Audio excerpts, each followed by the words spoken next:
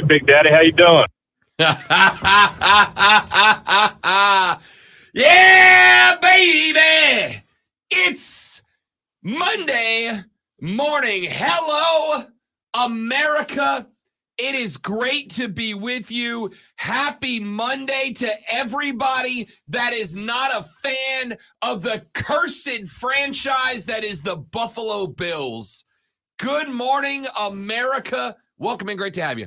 The Rob Brown Show is on your radio. This, friends, family, countrymen, is, of course, the Fan Upstate. The pleasure exclusively mine. My name is Rob Brown, adorned as he should be, as he has every right to be today, as Patrick Mahomes once again sends just Josh home. By the way, it's not just on Josh. We're going to come to that. I'm ready for the headbutting that will occur. Doesn't matter how and why. All that matters is that Buffalo at the house was not good enough. And for the 10,000th time in a row, our Kansas City Chiefs are headed back to the AFC title game. Still, in his entire career, Patrick Mahomes has not missed an AFC title game. Everything was set up for Josh Allen to earn a few more Joshes and a few more Allens last night on the name, and he did everything in his power to get it done. But a combination of Stephon Diggs, Sean McDermott, and Tyler Bass undid all of those efforts, and the Bills come up just a bit shy. Lonzo adorned in the red, white, and gold today. I am so curious, and I haven't read or seen because I went to bed after the game. Did McDermott call that fake punt? Because the mood changed after that. After they went for the fake punt, it didn't work. Then things started to fall apart a little bit more. Receivers started dropping the ball. Of course, we had the missed kick, but they were talking about the wind all day on that game. You would think the guy who actually kicks in the stadium would understand that. But Bucker, one thing about him is he's got that killer leg, and he can force it through hurricane gale winds. The fake punt, from what I understand, was an on-field call from the players because Kansas City only had 10 guys on the field. So once whoever it is, usually it's your up back guy. Once the teams are set, usually your up back's going to count guys. And he's going to say, all right, we're overloaded this side, that side. If he needs to tell the punter, all right, you need to shift right or shift left in response to an overload. Field position has to come into play before you make that decision, doesn't it? I mean, listen, they're football players on a football field. It worked out for them, though. It worked out for them because of the fumble through the end zone. So yeah, but at the same time, it didn't, because if you punt that ball and you back Mahomes back up, that punt could have, theoretically, if you execute it, that punt could have pinned Mahomes and company down inside the 10, inside the 5-yard line, if you hit it right. And it's a big ask. But from what I understand, there were 10 Chiefs on the field. The up back counted. Damar Hamlin, by the way, was the guy who did it. And apparently said, oh, we got 11, they got 10. We can account for everybody. Oh, and there's a punt returner back. So technically, we got 11. They got 9 up front. I'm going to tell you right now, and this is, you guys know I do not like phrases like this. I hate the, if you can't X, then you don't deserve to win. If you can't Y, you don't deserve to win. I think they're cliche, and I think they take out of account just how much happens on a football field during a game. But there's an easy one for me. Zoe, if you've got 11 and they've got 9 and you can't beat them, you don't deserve to win. And that's what it was. Yeah, I think that was a turning point of the game because it was back and forth the entire time. And technically, the Bills had the edge because they were getting to go ahead first. And then when that changed, it could have been it may have not have come down to a field goal if not for that fumble through the end zone, because then the Chiefs are up by 10. Yeah. And, no, it wouldn't have. Yeah. And for the record, let's talk about for just a second, that was atrocious play calling, execution, and time management by Buffalo. All right. You got to go one of two ways. All right. You're either playing for the end zone, clock be damned. hey, if we give it back to Mahomes with 2.5 minutes left, so be it. We'd rather give him it with 2.5 minutes and we have the lead, or you tic-tac your way down the field and you burn the clock up, right? You don't, and you get that thing as which close is as what you they can. had done the entire game. Time of possession, the Bills had the ball the majority of the game. For 3.5 quarters, the Bills owned the offensive line. I mean, here's the thing. There's a lot of folks that have been pointing out, well, Josh Allen only had 169 yards of passing. Well, there are two things that play into that. Number one, hey, Stephon Diggs, remember the whole thing where you were begging out and your brother was tweeting out about how they were wasting you, and remember how you wanted more money and more opportunity? Were you thinking about that last night when Josh Allen was dropping dimes into the breadbasket from 50 down the field, that all you had to do was make a catch and it's a game-changing catch, and you were putting him on the turf? Quick question. Did all of that go through your mind in that moment, or did you miss that? Because it kind of seems like you missed it, right? The second reason that Josh Allen had only $169 through the air is for 2.5 quarters, Buffalo was pounding the rock on the ground, and it was effective. It was working. That's why Josh Allen had 2 rushing touchdowns and not 2 passing touchdowns, because Buffalo was owning the line of scrimmage. And then for whatever reason, the deeper we got into the game, Sean McDermott lost his damn mind. And all of a sudden, the Bills that were owning the LOS the entire game are like, hey, what if we started just air assaulting Kansas? Like, no, dude, that's the thing they're built to stop. You have been doing the right thing all game. Why do you stop at the end? I'll never get that. So you get the ball. You're down 3. By the way, it's panic. That's what it's panic. It's definitely panic. You get you outcoached yourself. Yeah, I agree entirely. There comes a point in the game where one of the reasons Andy Reid is great at what he does is because he's the walrus for a full 60. There's no point where he breaks down. Sean McDermott lost his mind. So you get the ball. You've got a handful of minutes left to play. You're down 3. Even if you've decided you can't get over that guy. I feel so mean. You really should. You're bullying that poor guy. I'm not bullying. I'm just laughing. There's that. If you didn't see it, if you didn't stay and watch the end of the game, there was a Bills fan in the crowd that had his big South Park beanie on, and they went to him, and he's just pulling the beanie down over his face. Lonzo has not stopped laughing at that guy since I got here. My wife gave me a look like, "Are you?" I was like, "I can't help it." Yeah. It's because of Tony Romo and everybody. By the way, my wife is like, "Could we please find another way?" I'm tired of hearing about Tony Romo, just Josh Allen, because that's all he was doing the entire time, and he felt reluctant to say anything positive about the Chiefs. No. I'm gonna push back on that. You're wrong. No, I'm not. No. Dude, Tony Romo sucks. No. He's horrible. He needs to be off TV. There's 2.5 minutes left, and he's sitting there gushing. He's like, yo, even if the Bills hit this, he's Patrick Mahomes. Like, what do you? No.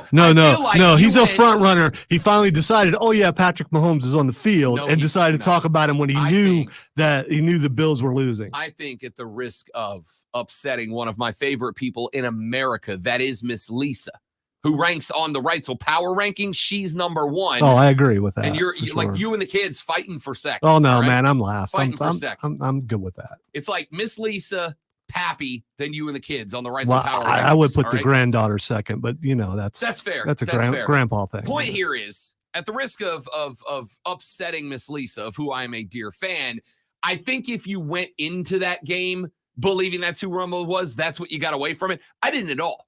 I think him and Nance were both very much enamored. You know what it is? It's because you agree with them.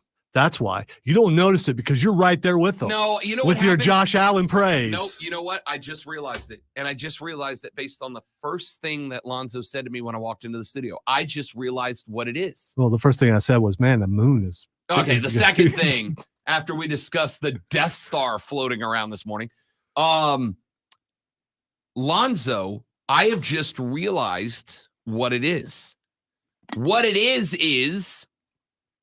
You have entered with Mahomes where you fought through with Patriots fans where they were with Tom Brady. That's all it is.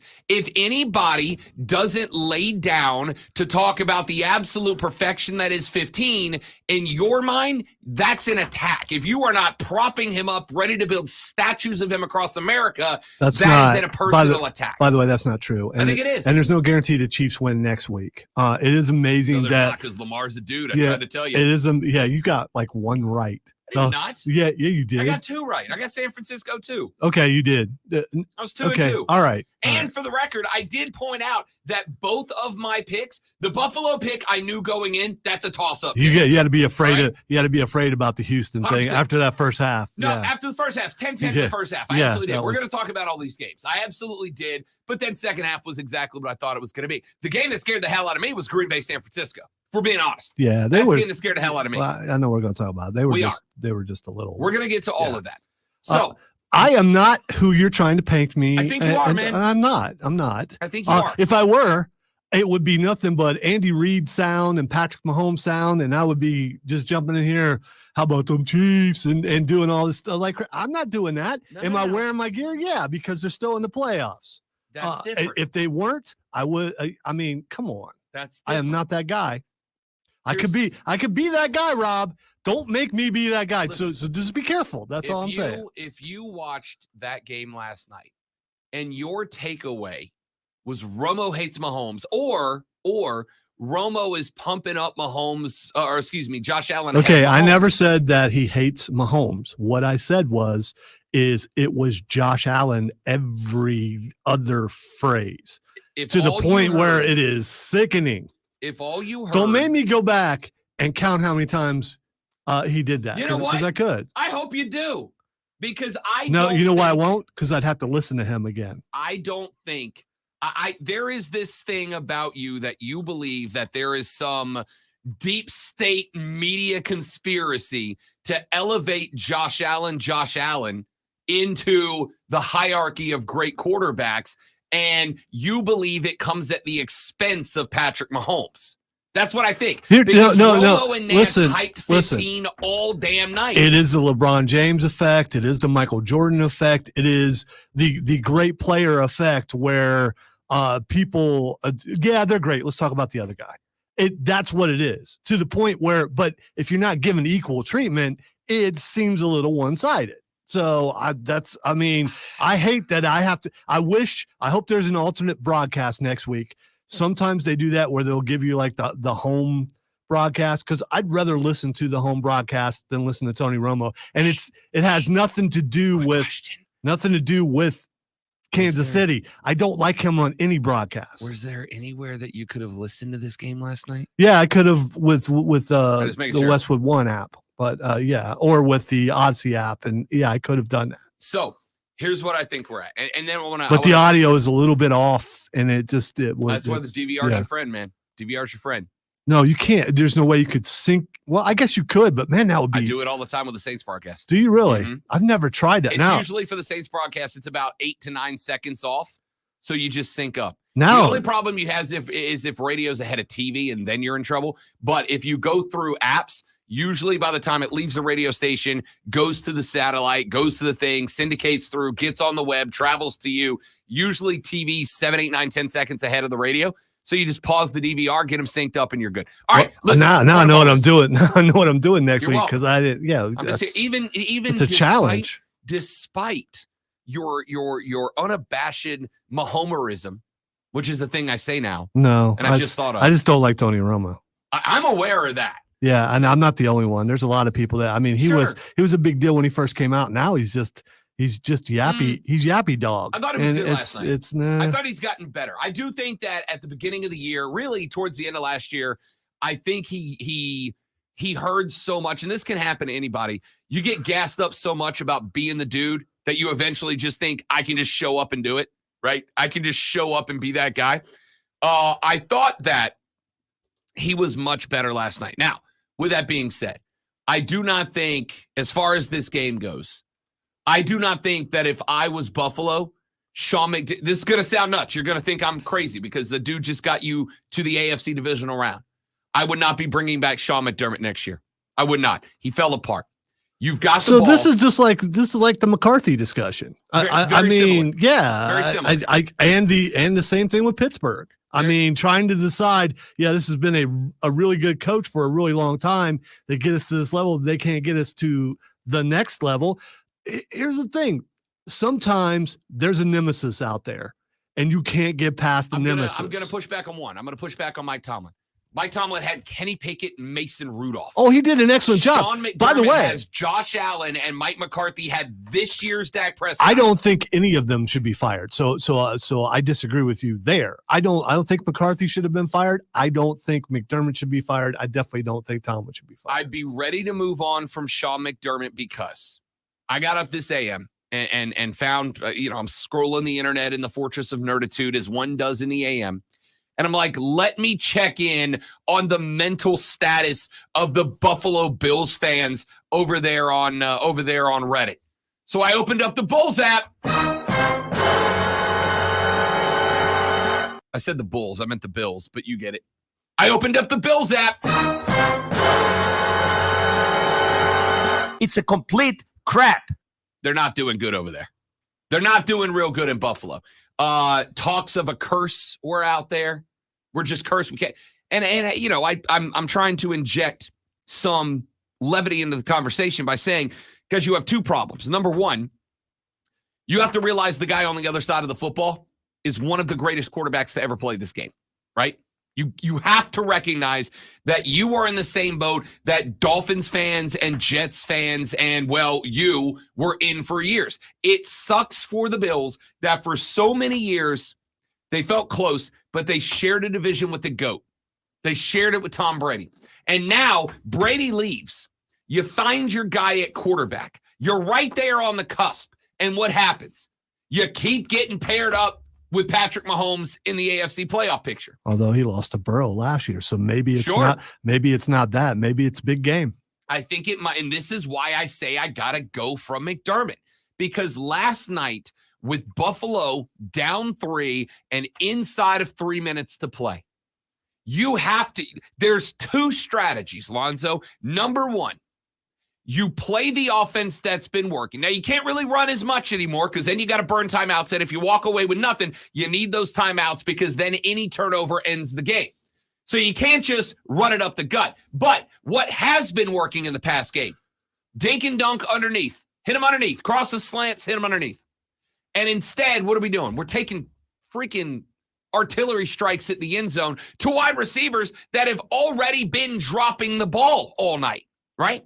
Let's throw it to Stephon Diggs down the sideline, who's already dropped one or two of those tonight. Or be smart and throw to your tight ends who were not dropping the ball. The tight ends were catching the ball. That's what I'm saying. Yeah. Dink and dunk and work your way down. And then when you get the clock down inside of 30 seconds, 20 seconds, and you're not looking at a 44-yarder in a swirling wind, you're looking at a 20-yarder much closer to the goal line, then you can take a couple of pot shots at the end zone and see what happens, right?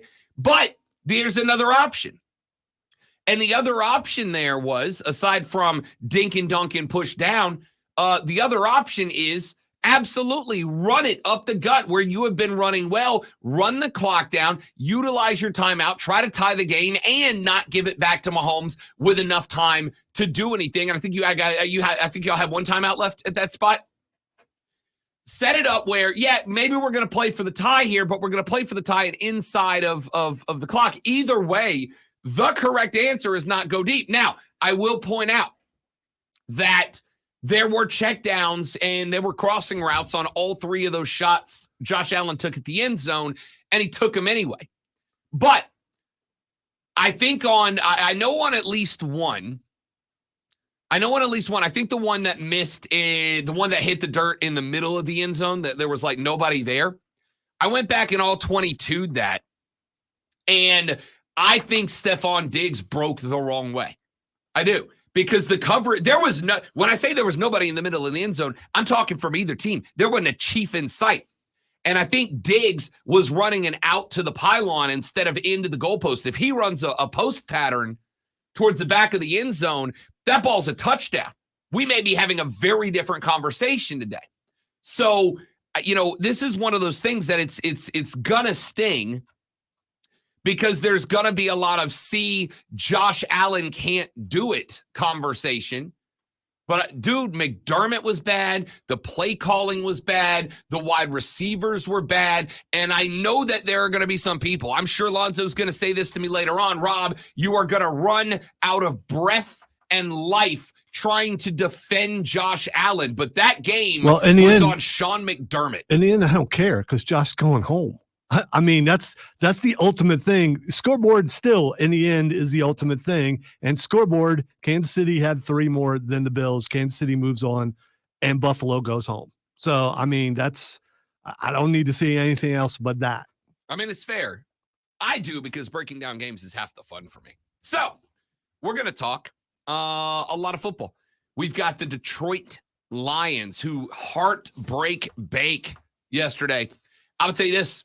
As much as I'm defending Josh Allen, I'm going to do the same damn thing for Baker Mayfield. I know he had that pick on the final drive that sealed it. Lonzo, Tampa Bay lost that game yesterday. Baker Mayfield was a stud. Yeah, here's the thing. Stud. Yeah. Catch the ball, receivers. Yeah. I mean, Mike Evans, dude, what are you doing? Evans had like $179 and a touch. There was one egregious mistake that I had from Baker's. There was one, which was that 2-point conversion that he threw into the back of the Detroit Lion instead of sailing it to the – you got to put that up over the top to the corner. But outside of that, Baker was balling yesterday. There's 2 big drop passes by Mike Evans in his hands. I mean, and it's not like it was behind him or anything, but in his hands. Yeah. And he just dropped them. Yesterday was not on Baker. It was not on. In fact, I would go so far as to say there was not a QB who lost this weekend that I go, it's on him. I don't think it was on C.J. Stroud. I don't think it was on Jordan Love. There was the. Okay, let's rephrase. All right, Jordan Love, I'm not so sure. It's just, here's the end of that Jordan game. Love. Yeah. Jordan Love had the finishing strike mistake, but Jordan Love was also the reason they were in a position there at the end to maybe do something. Like either the last drive or the last 2 drives for Jordan Love, he became rookie. Yeah, I don't disagree. Listen, I don't care if you've never played the game before. You have got to understand there is the number 1 cardinal rule of quarterbacking. If you have only quarterbacked at an elementary school flag football level, the cardinal rule of quarterbacking is what? Do not throw back across the field across your body on the run. That's it. If you are running right, do not throw it back to the left side of the field. And Jordan Love did that, and the reason you don't do that is what happened. Pick to end the ball game. San Francisco, in a very winnable game for the Green Bay Packers, moves on to host the Lions. All right, we got a lot of NFL to talk about throughout the course of the day today. I also tell you, ladies and gentlemen, as it is AFC and NFC championship game weekend, this is a week where we start leaning into basketball more and more. It is Shooty Hoops season. So we'll talk some NBA hoops later on. It's going to be busy, y'all. I am Rob Brown, the great Lonzo on the 1s and 2s. His team on its way to an AFC title game once again, but they are on the road once again at Baltimore. We'll see how that goes versus Lamar. You know we're going to talk about that on the Rob Brown Show and the Fan Upstate. All right, guys, stay tuned. I have got a quick live read, and then we are coming right back.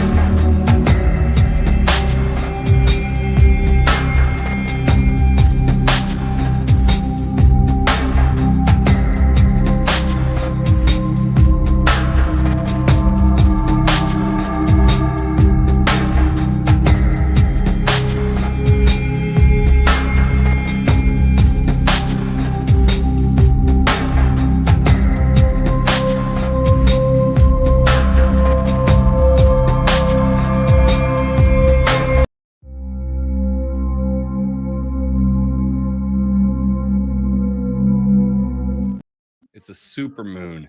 That's what it is. It is a lot closer to the Earth, obviously. Is that its closest point? This year it has been, but for some reason today. Supermoon is when the moon is at 90% or greater of its mean closest approach to Earth. There's also, I learned this, and it's fascinating. The moon is not, but appears larger when it's on the horizon than when it's at its apex. See, that's what they're saying on this too. So if you ever see the moon right when it rises or right as it's falling, it will always look bigger, even though it's not. It's a weird optical illusion. And nobody knows why.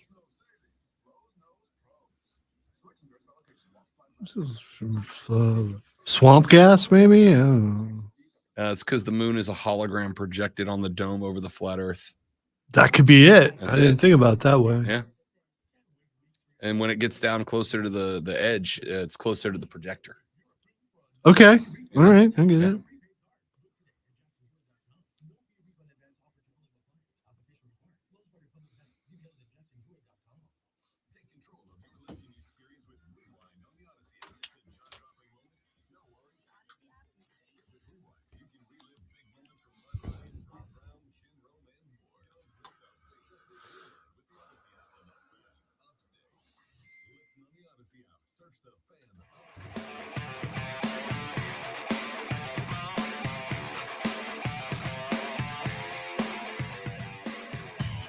The Rob Brown Show carries on. It is the Fan Upstate. Texture says Romo blows chunks. Hyper middle school kid at best. Is it just me? Does nobody else like it when the play-by-play guys are actually excited about the game? No, I like excitable play-by-play, but he's wrong a lot, and it's just okay, what you going to do here? And it's just and just like, well, that was, if he was held right there, and then they show it, and the guy's hands were nowhere near the other guy, and then he's wrong too much. If he was right a lot, I think it would make up for the yappy dog energy. It's just yappy dog. And maybe it's such a contrast between him and Nance. It makes it seem even more so. See, I don't think Romo is wrong that often. And here's the thing, how does Tony Romo know about championship football? I mean, if that, Lonzo, if that is your standard, then you and I have no business in this industry. Because I don't know about you. I've never won a Super Bowl. Yeah, I would. I've tried. I think, I was thinking about this. I think I prefer a guy who's never played over Romo, because Romo acts like he knows what's going on out there. And we know he can never accomplish. I think it takes away from it. I really do. Here's what I'll say. If you want to get on Romo because he's obnoxious or he's excitable or he's too energetic or whatever. Or a loser when he was in the NFL. Whatever. If you want to get on him for whatever reason. Maybe he's supposed to be America's announcer. I mean, he played for America's team. You're out here defending America's announcer. Thank you. I mean, obviously I'm anti-American, I guess. America. The haters. If you want to get on Romo because he's excitable or he's over the top or he's whatever, I'm good with that. The one thing I am going to push back on is that he doesn't know what's going on. I don't think, and there are some good ones. By the way, I didn't say he didn't know what was going on. Yeah, he did. No, I said he didn't know what winning football was about because he's a loser. He was a loser when he played then. Nance has never won a game in his life. Listen, Jim Nance has been a winner in everything he's done. He is all right. He's the apex. All right. You don't want to be Jim Nance. All right. All right. Do you want to be? I'm a big quarter zip guy. Thank you. Here's what I'm saying. If you don't like Jim Nance, you don't like friends. Maybe you don't have any friends. I love Jim Nance. I promise you, I like Nance more than you. I'm a golf guy. All right. I watch Nance's golf calls with more excitement than his football calls. All right. Hello, friends. So I wish I could do that. I wish I had that vanilla in my voice. Hello, friends. I can't do it because you put too much bass in it. Hello, friend. It's worse. That's worse. There's some baritone in there somewhere. That's what you need. Turned into, never mind. All right. So if you want to pop off on Romo for being excitable or over the top or whatever, that's fine. There are a lot of guys in the game on color that are pretty good at what they do, right? A lot of folks dislike Chris Collinsworth, but he can break a game down. I don't think that there is anybody on the telestrator that can tell you what happened on a play and why than Romo. And I will say, his first year in the box, there was a big difference. First year in the box, Romo was calling shots pre-snap. He's like, watch this. This safety is going to get dragged over here. It's going to open up the seam route. Bang, there it is. This year, he's not doing that as much. But I also think there is a decent chance. I don't know this for a fact, but I think there is a decent chance that he was told to pull back on that a little bit because it was almost to some degree taking the drama out of the plays, right? Like when he's saying this safety is going to get dragged, it's going to open up the seam route because they're going to run an opposite cross on the other side that's going to put – when he says that, and that's what you're looking at, it kind of takes the drama out of the play. So I as a TV guy, because I played that game for a while, as a TV guy, I think there's a chance he might have been told pull back on that and focus on breaking down the play after it's over. And when Romo pulls up the telestrator and he's putting the yellow marks on the TV, I don't think there's anybody better. You can knock him for being a lap dog or a yap dog or whatever you called him earlier, and I'm good with that. Yeah, yappy dog. Here's what I do believe that they told him to pull it back a little bit, but I believe that Jim Nance told him if he kept doing it, he was going to punch him in the face. That's what I want to believe. I want to believe that he brought Jim Nance to the point of wanting violence. That's what I believe. Yes, Jim Nance, Mr. Quarter Zip, MMA fighter in the background. You don't have to be an MMA fighter to punch someone in the face. You don't. I don't think. I'm not blaming it on Nance. I think it was a matter of, dude, when you tell everybody what's going to happen before it happens, the drama is taken out, the air is taken out of every play. So don't do that. Break it down after. And I don't think anybody on color right now, you can dislike him, but I don't think anybody on color right now does a better job of telling you why what happened than Romo. All right, let's see next week if he says Lamar Jackson's name more than he says Patrick Mahomes. You know what? I will be willing to discuss that 100%. In fact, not only willing to discuss that, I am willing to track that. Remind me on Friday, all right? Put it in a note somewhere. Remind me on Friday, because you and I both know I'm going to forget by the end of this show that I said I'm definitely not going to send you a text because that's not going to work. I mean, just don't text me during the games, you know? Like, you can text me whenever. I don't text you during games. Let's see. We have Kansas City versus Baltimore on Sunday. What a day we got lined up. So we got Kansas City, Baltimore at 3, Detroit, San Francisco, 6:30, Royal Rumble at night. What a day. Royal Rumble's on Saturday. I thought it was on Sunday. No, they moved all their premium live. Good call on them. So, yeah, it's at 8 o'clock Saturday night, which we'll be discussing come Thursday on the Fight Club. Fight Club. So, Kansas City, Baltimore's at 3 o'clock. If somebody reminds me on Friday to make a note of it, I will 100% do a Lamar Mahomes tracker. Dude, you're not going to remember by Here's Sunday. Here's my question. Do you what? I'm not talking about times when Nance says Mahomes rolls right or Mahomes. Yeah, I mean, not having to do with play-by-play. Are we going to declare just compliments? Just a compliment tracker? Yes. We're going to declare a Lamar v. Mahomes compliment tracker because it is the AFC title game, and if Lonzo's narrative has been. By the way, the media's narrative has been to pump up Josh Allen as the new superhero. Yeah. If anybody's getting that done for them in the AFC this year, it's Lamar. So if it is true, congrats to Lamar, by the way. Congrats to Lamar for finally winning a big game. He won one, and it's mostly because of him. Congrats to him. Yes, it was. Lamar Jackson's a dude. He's a dude. Because he got the mess scared out of him by halftime. Lamar, 10-10 at halftime. And by the way, I think that was a lot on just what I said it was, which was going to be D'Amico Ryan and Houston's defense was good. So I will compliment track the compliment tracker. I think is what we'll go with. I will open up the compliment tracker on the Marvy Patty when it comes to. I'm assuming that it is going to be Romo and Nance on that call. It is a CBS game. It is absolutely. Yeah. They announced that they'll be doing the game. So Romo and Nance in Lamar v. Patrick.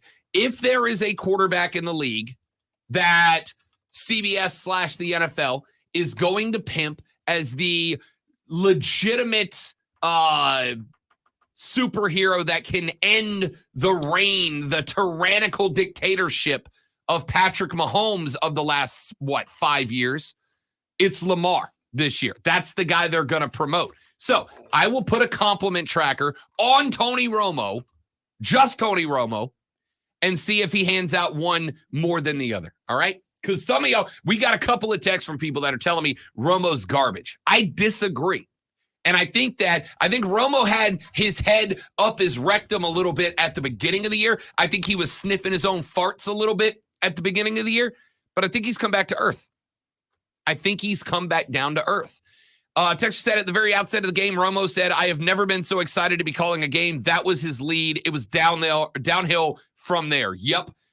I don't know, man. Like, was that not the best game of the weekend? And when there were some really good games. I agree, but was that not the best going into the weekend? I am biased. Not the one I'm biased, so okay, I'm not gonna. I can't. Going into the weekend, if you told me I could. All right, on paper, it was the best one. It was a clash, and it lived up to its billing. It absolutely did.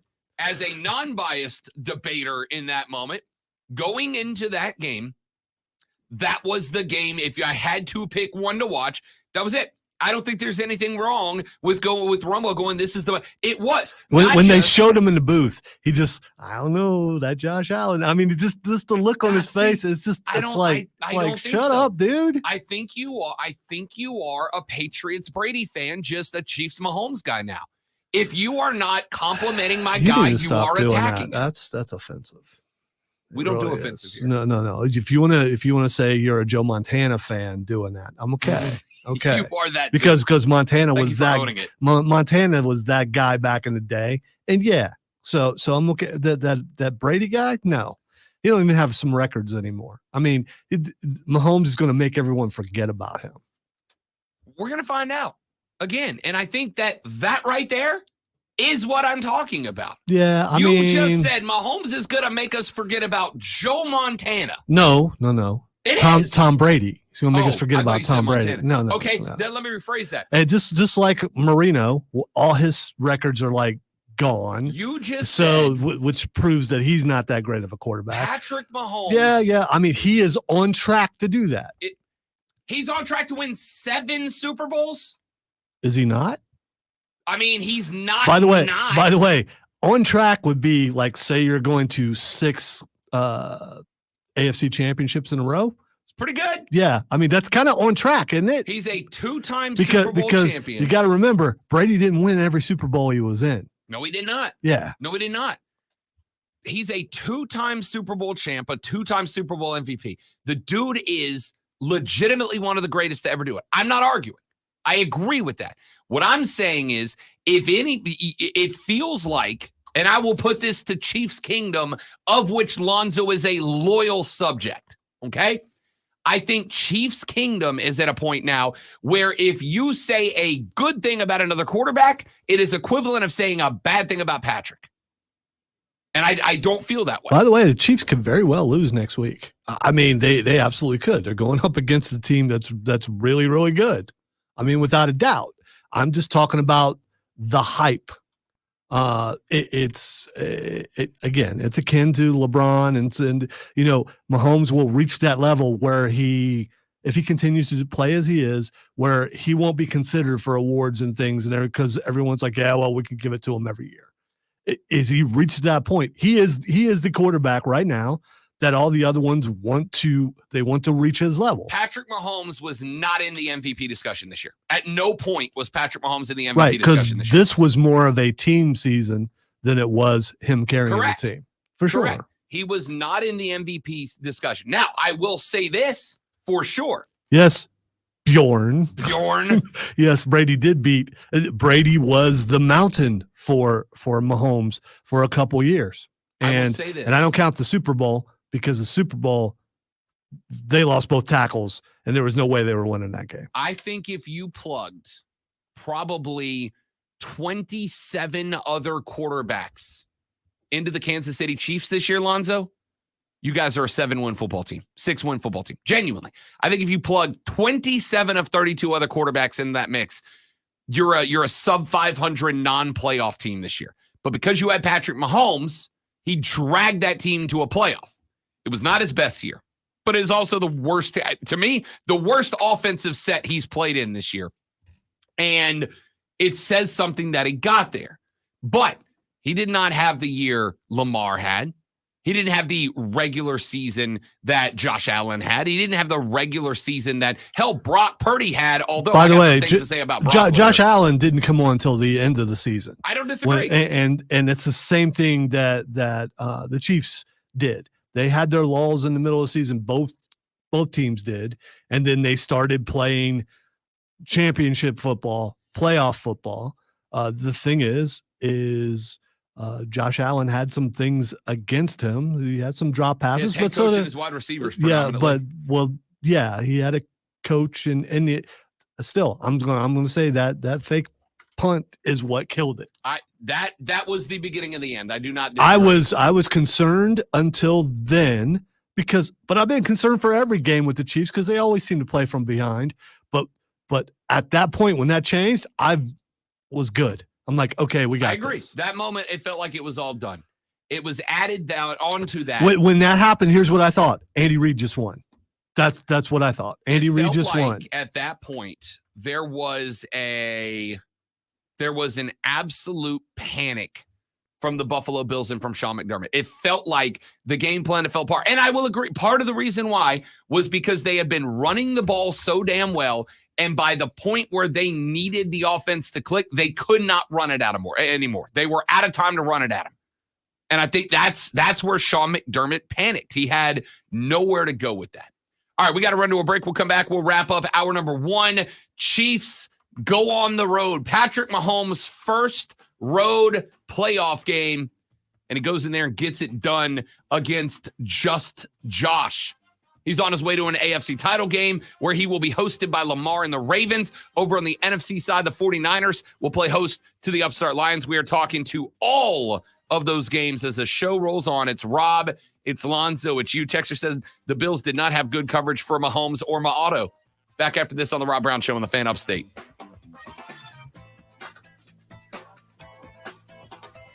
Okay, we're going to be a little short because he says he put them in, but they are not. Sports Flash is not working. So. A little short at the top of the hour break? No, on this break. On this one. Yeah. Okay. What since we were late? How about Kelsey and Kel, see how much you can save by bundling your home and auto insurance? If you put the letters really small. I love that commercial. Yeah.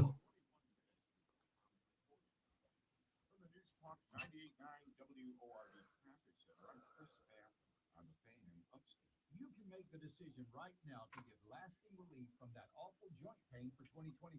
Hey, it's Charlie James. Don't go another year compromising because of that pain in your knee or shoulder. Call QC Kinetics now. QC Kinetics is the nation's leader in regenerative non-surgical pain relief. Your body has what it needs to restore and repair that damaged joint tissue. And QC Kinetics can make it happen. No drugs, no surgery, no downtime. The future of pain treatment has arrived. QC has tens of thousands of satisfied patients all over America. People with back pain, hip pain, any pain associated with arthritis or injury. This is not a Band-Aid. This is a revolutionary treatment that can get you moving again. Get your life back. And listen, it's not surgical. If this year is the year you decide to fight back against that pain, take the first step now. Call QC Kinetics.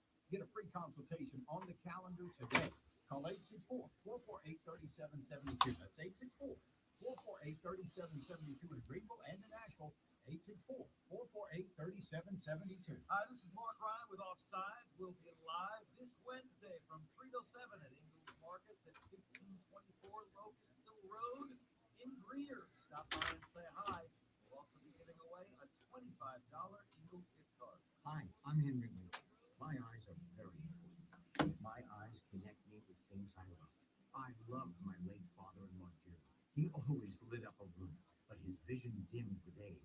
He had age-related macular degeneration, or AMD. And since partnering with Apellis, I've learned there's an advanced form of the disease called geographic atrophy, or GA. His struggle with vision loss made me want to help others know about GA's warning signs. For some, straight lines seem wavy.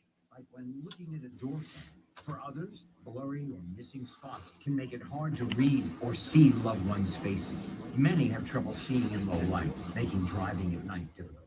GA gets worse over time and cannot be reversed. If you've been diagnosed with AMD and notice vision changes, don't wait. Talk to your eye doctor about GA. Yeah, Tim, they all have the wrong date, dude. GAwon'tWait.com. That's GAwon'tWait.com.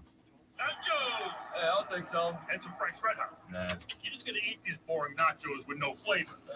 Frank it up! Frank it up! This guy finally gets it. It's the perfect blend of flavor and heat. Frank's Red Hot. I put that on everything.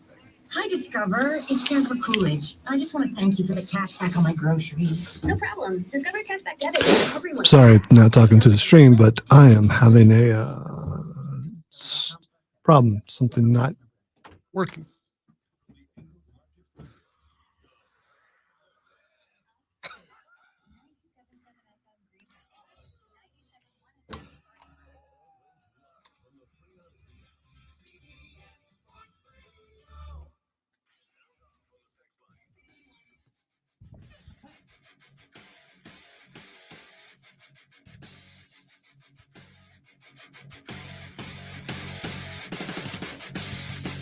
All right, wrapping up the first hour of the radio broadcast as we talk National Football League.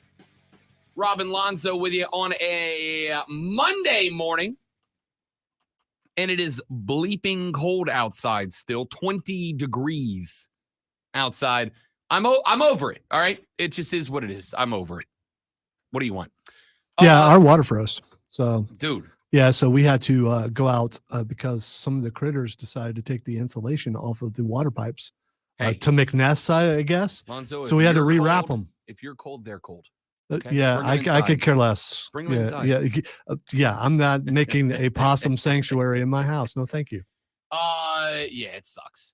It sucks having to get up and go outside at 3:45, 4 o'clock in the morning with a pitcher of cold water to get the ice off the windshield, man. Just no bueno. You should not do that, by the way. Cold water. Yeah, you should not. I mean, you get. It's the only way I've ever done it. That's what I was told to do. Cold water is the way to go. To crack your windshield. No, that's hot water. Dude, you gotta go cold water. What? You don't have an auto start on that? Yeah, I do, but I forget it. Okay. I mean, I'm just saying that auto start, it will run for 10 minutes. You ready for the most first world problem I have? This is the most first world problem I have. This is a thing I am embarrassed to say that I consider a problem in my life. This is one of those things when I think life is bad for me, I have to put it into perspective. Here's the most first world problem I have. The first world problem I deal with, Lonzo, is that I have an auto start on the rig so I can get the heater going 15 before I leave, yeah? Except it's an app on my phone. It's not on my keys. So I can't walk over to my keys and push the button 2 times. I got to open my phone and go to the app. And then I got to wait for the app to load. And then I got to hold the button for 5 seconds. And then the button takes a minute to spin. You can't close the app on the phone until the car is started. So I got to wait to make sure that it goes ding, phone started, and our car started. And then I think I have 10 minutes before it shuts off and you have to redo it, but you can't do it twice in a row. If you do it a second time, you have to lock and unlock the car to tell the car that it wasn't an accident. I do want you to start again. And it's just very frustrating. That's the problem I complained about this morning. Wow. I know. Wow. I know. Listen. So you didn't have your phone open for any other reason? Dude, when I get up in the morning, it is the only thing I can do to put everything in my life to stay awake. All right. And I had a good sleep last night. I stayed up till that game was over. TV was off 5 minutes later. I was out less than 10 minutes after that. I beat my fiance to sleep for the first time. That never happens. And I woke up this morning and I was fighting for my life. So the phone stays on the charger until I am dressed and ready to go. And the problem with that is, that's how I have to start my car. So I leave it on the charger in the room while I go get dressed in the bro cave, right? And then when I come back, it's basically time to leave. And I did not preheat my car. So, phrase? I mean, It's my biggest problem, and I know that makes me sound like an absolute whiny. well, I'm very ordered with how I do things. So before I go brush my teeth, after I eat my breakfast, I start my car. So I go brush my teeth, come back in, get my coat on, get my stuff together, walk out, and it's been, at least running for 5 minutes. I mean, if you and you're in a decent neighborhood, right? So you don't have to worry about. No, more like I'm likely. not worried about that. Yeah. And like it auto starts, but it stays locked. I still have to I have Right, to unlock right. it. So I'm not worried about it. Although I didn't know this. Did you know, or at least somebody told me this weekend? I need to do the research, but I'm going to say it on the radio anyway because it interests me. Apparently, it is either currently illegal or it is going through the legislature that it is illegal to pre-start your car more than X amount of minutes before you're ready to leave. Right? In fact, it is illegal. I know this one is, I'm 90% sure this one is true. It is illegal if you got to put the key in the ignition and turn it. It is illegal to leave your keys in your vehicle running without attending it. Right? So if your car's in the driveway, you go outside, you crank it up, and then you leave the keys in it while you go back inside to let it bake for a minute. That's apparently against the law. Sounds like some That's sort wild. of government oversight thing that they're really happy about. It is not. I'll tell you where it came from. It came from insurance companies lobbying because that is the time when cars are most apt to be stolen. Yeah. So because so many people were starting their car, leaving the keys in it, people were just going, sweet, free car, it's already running, and driving off with the car. The insurance companies have apparently lobbied to get it made where that's illegal because it would theoretically decrease the number of stolen cars and therefore decrease the liability of insurance companies. Well, be cold, you plebes. If the squirrels and the possums want to report me, go for it, because they're the only ones who are going to notice. All right, we've got a lot to get to during the back 3 hours of the show today. We got to keep talking NFL playoffs. Our AFC and NFC championship games are set as of now. We will open them up on Sunday at 3 p.m. when the Kansas City Chiefs will travel to take on Lamar Jackson and his Baltimore Ravens in the AFC title game. That one is again at 3 o'clock, then at 6:30 on Fox. Detroit is on the road at the San Francisco 49ers. We will break down everything that happened in the divisional round to set those NFC and AFC championship games up. Clemson and South Carolina, both big wins on the hardwood this weekend. South Carolina went to Arkansas, got a much-needed road win. Clemson took on Florida State, had a get-right game, and took advantage of that. We'll break those games down. And a 5-star quarterback in the transfer portal has made his decision, and both Bill O'Brien and the great one get a bleep-eating grin when I mention that news. Why? You know, but I'll tell you anyway, because that's how news works. You know how else news works? Like this.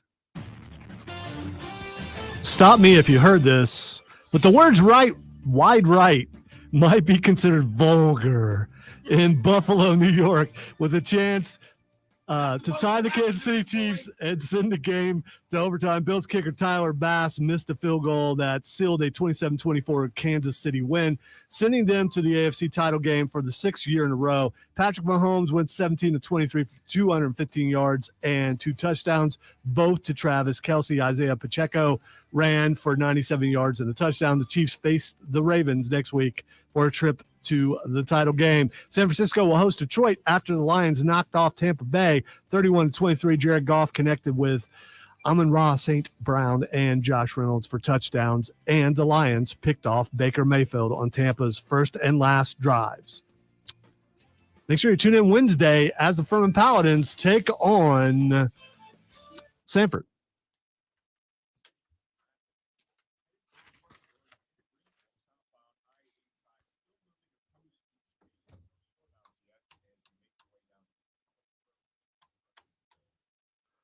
Dude, what in the world?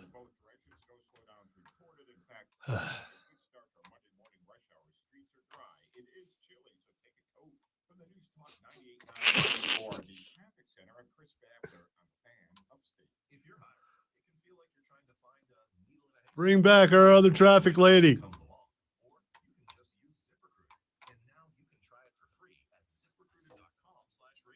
In fact, ZipRecruiter has helped a lot of business owners find their needle in a haystack, like Marco, president of operations at Telly Tires and Auto Centers. Because Telly Tires has grown a lot in the last few years, Marco needed to hire everyone from a receptionist to a store manager to a head mechanic. ZipRecruiter helps me find all the right people, even the most difficult jobs to fill. ZipRecruiter helps me keep my business running. Take it from Marco and millions of other businesses who use ZipRecruiter. ZipRecruiter can help you find the needle in the haystack. See why 4 out of 5 employers who post the job on ZipRecruiter get a quality candidate with Zach, welcome in, big dog. Happy Monday, my guy. Great to have you. at ZipRecruiter.com/radio. That's ZipRecruiter.com/RADIO. ZipRecruiter.com/radio. ZipRecruiter, the smartest way to hire. My friend and I are taking a trip to Mexico this year, but neither of us speak Spanish. So we downloaded Babbel and started learning Spanish fast. Want to start getting conversational in another language in as little as 3 weeks? Babbel's quick 10-minute lessons were designed by language experts to be the most efficient and effective way to learn a new language. ¿Cómo te llamas? ¿Cómo te llamas? ¿De dónde eres? ¿De dónde eres? Babbel's interactive lessons are created by real language teachers and voiced by real native speakers using a modern conversation-based method. So in no time, you can start speaking confidently about real-life topics in another language. Nosotras vamos a México en 2 días y ahora hablamos español. Gracias, Babbel. Sí, muchas gracias. I'm so glad they're back. 3 million subscriptions sold. Go to Babbel.com and start learning a new language today. That's Babbel.com. Start learning a language today at Babbel.com. Some days, my active psoriatic arthritis makes it hard to get in the game. Now, the ball is in my court, thanks to treating my skin and joints with Sky Rizin, Rizinkizumab Rizin, a prescription-only 150 milligram injection for adults. I'm not going to acknowledge that, but you're right. Sky Rizin helps with less joint pain, stiffness, swelling, and fatigue. For those who also have plaque psoriasis, 90% clearer skin is possible with just 4 doses a year after 2 starter doses. Don't use if allergic to Skyrizi. Serious allergic reactions. So you think Crying Buffalo fan is like wrestling fans, knowing that if you do a certain thing, like what Shivani was telling us, you think that's that? No, not in a stadium of 80,000. You can't think you're getting singled out. Wow, man! So the cameraman just got lucky. Yeah. Dude, you think he was the only guy that was having that reaction in that moment? Another wide right, another one. A lot of those people weren't even alive when that happened, but yeah, I guess you know the lore of your team. Yeah. I think that's got to be it. Like, even if you weren't alive for the Norwood wide rights, you still know what happened. Again, I know I'm supposed to be nice to Jim Kelly, but I can never stand him. And Marv Levy got on my nerves. Jim Kelly was one of the nicest people I've ever met. I don't care. Look how punk to me.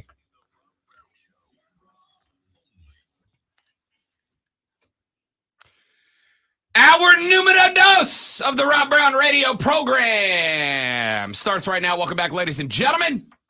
I am Rob, the great one, Lonzo, on the other side of the metaphorical glass this AM. Should you elect to be a part of the radio broadcast, now is a splendiferous time to do just that. 844-326-3663 is the renewal by Anderson of the Carolinas phone line, 844-FANFONE. You may text us at 71307, 71307. Start your text with FAN, F-A-N. Texture says, first world problems, Rob. Yeah, no, I know. I literally said this is a first world problem. It's a dumb problem to have, all right? Doesn't mean it's not one. It's a very dumb one. It's not one to complain about. It's not really. Doesn't mean it's not one. It's not really a problem. I mean, Sure it's, it is. it's just, I mean, it's. Feels like one at 3:45 in the morning. So you don't really care about the cold. Because if you care about the cold, you're going to think, oh, man, I'm going to be cold if I do not warm I'm this trying up. to make it a habit. I am trying to make it a habit. I'm mean, trying to work it into the routine. The problem is the routine after, what have we been in this gig, about a month and a half now? Like the routine's pretty set. I think it's been longer than that, but 2 yeah. months, whatever. The routine's pretty much set. All right. We have got coming up in this hour of the show, your water cooler cheat sheet here in just mere moments from right now. We are going to continue to break down the NFL's division around what did we learn and what did we miss as far as the teams moving on to the championship games coming up this weekend. We'll get to that.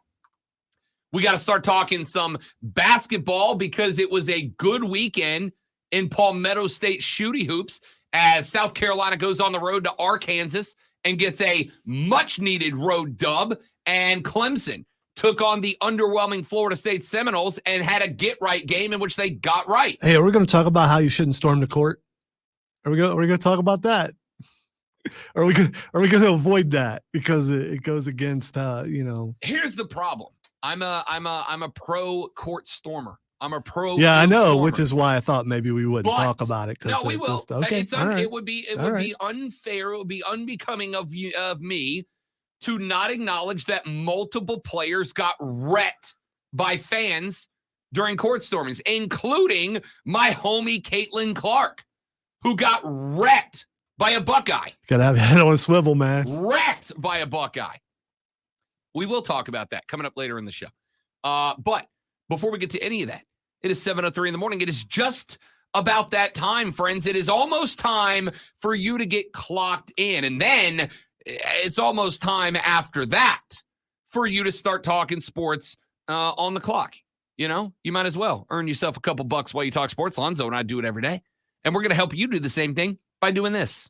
Are you ready for the playbook of the peculiar, the almanac of the absurd, and the encyclopedia of the extraordinary? Well, you better be, because we're diving headfirst into the 3 top stories that will have your coworkers saying, "Hey, Big Daddy, how you doing?" even before they take their first bathroom break. No. Here we go. Welcome to the water cooler cheat sheet on the Fan Upstate. For those of you that don't know what that clip is, last Friday we had NASCAR driver Corey LaJoie on the show as he was in town for NASCAR night for the Swamp Rabbits on Saturday, which was a resounding success, by the way. We had a blast that night. And LaJoie, this is the third year in a row Corey's come on the show. Corey's good people. So I was like, "What's up, big dog?" And he hit me with, "Hey, Big Daddy, how you doing?" and it was just, I was like, yeah, that's cool. Like Corey knows the show, right? Corey knows the show. Corey, I saw him before the game on Saturday. I got in there early. I was announcing the drivers, both to the red carpet members and in front of the game. They brought me out on the ice to do a driver introduction. And so I got there well before the game, and Corey and Tyler Reddick and a couple of other NASCAR drivers were there, and I got in a conversation with them. And I walked up, and I'm like, "Corey, what's up, bud?" And he goes, "Rob, what's up, man?" Talked to him for a minute. He goes, "By the way, it is so dope to," his words, not mine, "it is so dope to hear you flip the switch and go into straight up radio hype man." He was like, "You got me gassed on Friday. You got me gassed for this yesterday." I was like, "That's great." And then I asked him if he wanted like a personal track announcer. And he told me he couldn't pay me for it, but yes, I could show up to Charlotte. So, we'll see. We'll see. Anyway, what's up, Big Daddy? Yeah, that's all you need is another job. I mean, come on, dude. That'd be a pretty good one. Go to every NASCAR race as Corey LaJoie's personal ring announcer. That'd be dope. Great gig. Corey's the best, man. That dude's great. By the way, he did say he would be he'd be happy to come on the show during the season, like every couple of weeks, and just talk NASCAR with us. So we may have host of Stack and Penny / driver of the number 7 Spire Motorsports Chevy Camaro, Corey LaJoie, joining the show here and there. Ty Reddick said he'd come on. Ty was a playoff driver last year. He said he'd come on too. So we'll see. Anyway, item number 1. Your NFL divisional championships are set. Conference championships are set after a stellar set of games this weekend. There really wasn't a bad game per se. There was really just one half that got out of hand as Lamar and his Ravens knock off C.J. Stroud and his Texans 34-10. Lamar Jackson, 16 of 22, 152, and 2 touchdowns, but he also ran 11 times for 100 and punched 2 in on the ground as well. Lamar Jackson responsible for 4 tutties in this game. 229. Here's the game. 229, rushing yards for the Ravens. 38 for the Houston Texans. Just could not move the football on the ground. They put it all onto the arm of C.J. Stroud, and he really did not do poorly. 19 of 33, 175. Got to keep in mind, number inflated because he was throwing a lot in the second half. But the Texans only ran the ball 14 times. The Ravens ran it 42. That's the game. If you get a disparaging difference in rushing attempts like that, the team that's up by 30 rushes, basically, is going to win 90% of the time. It would seem, though, even the position has been devalued, that the running game this year more than it has been in a while is very important. I don't disagree, and I don't think it ever stopped. I think the problem is with the development of the NFL becoming more of a quarterback-driven passing league. The running back is still very valuable. The problem is how much you got to pour into the running back position financially to get a guy that is a genuine difference maker, right? That's why Tennessee, as they find a new head coach and start into the rebuild process, is not going to keep Derrick Henry, one of the best in the game, and a guy that if he had a competent offensive line in front of him is going to average 80-plus yards a game, but they're not going to keep him. Not because he's not good, but because the amount of money you got to dump into an elite caliber running back for a guy that if a running back is getting you $150 a game in the NFL, it does not mean you are consistently winning. We see a lot of 100-yard rushers losing football contests. You have got to be able to throw the football. Lamar works because he can go 16 of 22 for 152 and 2 touchdowns. And, oh, by the way, chip in a century mark of rushing yards. You are going to see the quarterback position continue to swing more towards Lamar and further away from Derek Carr as the league progresses. Now, there will be a tipping point where it starts to come back to a pocket passer quarterback like a Brock Purdy, but we ain't there yet. And that would be because of adjustments of defense. Bingo. Yeah. Bingo. Because of guys like D'Amico Ryans, without a doubt. Saturday's game on the NFC side saw the Packers come up just shy against the heavily overwhelming favorites, the San Francisco 49ers, 24-21, your final in that one. Brock Purdy, 23 of 39, 252 and a touchdown. This is real interesting to me, Zoe, because I think there were some quarterbacks this weekend that had fantastic numbers and were a bit underwhelming, and some that had what look on paper to be pretty pedestrian numbers that actually had real good games. Brock Purdy is a dude with 252 passing yards and a touchdown, is a dude that I think got carried through this game. I don't feel like Brock Purdy was a difference maker. I don't feel like Brock Purdy won this game. I felt like McCaffrey with 98 on the ground and 30 through the air. George Kittle with 4 for 81 out of the tight end role. 61 for Jawan Jennings. This game maybe is a little different if Debo doesn't leave with a busted up shoulder. I think that's it. Debo had 2 for 24 before he had to leave the game with a shoulder injury. If Debo's in that game and it opens up the offense, I think San Francisco probably comes closer to hitting that 10-point spread that they were looking at. But when Debo went down, this is what I told you. When Debo goes down, or McCaffrey goes down, or Ayuk goes down, or Kittle goes down, Brock Purdy's numbers come down with him. That's just how it is. Brock Purdy's numbers come down with him. The reason he had 252 is because George Kittle's a monster and had a 32-yard rumble in there because Brandon Ayuk, I think he had 32 yards, but 15 came on 1 catch. Those guys were making money moves after the catch. They were Yak Kings this weekend, and that inflated Brock Purdy's number. I'll tell you right now, in my opinion, the winner of the Super Bowl is going to be from the AFC. Because as much as I like Jared Goff, and Goff should get some credit, not because the numbers were great. He's another one of those cats. The numbers weren't incredible for Jared Goff, but he did it in the face of a defense that made Jalen Hurts look like a rookie last weekend, right? He did it in front of a Todd Bowles defense that brings guys like 9 out of every 10 plays. Goff stood in the pocket and delivered the football. Not wildly overwhelming numbers, but in the face of that defense, they're pretty damn good. Brock Purdy's the opposite. I look at 252, and I'm like, yeah, he had a great game, but it wasn't Brock Purdy working magic that won this game. I think if the Super Bowl is determined on a QB v. QB basis, I think your winner's coming out of the AFC as either Patrick or Lamar. I don't disagree.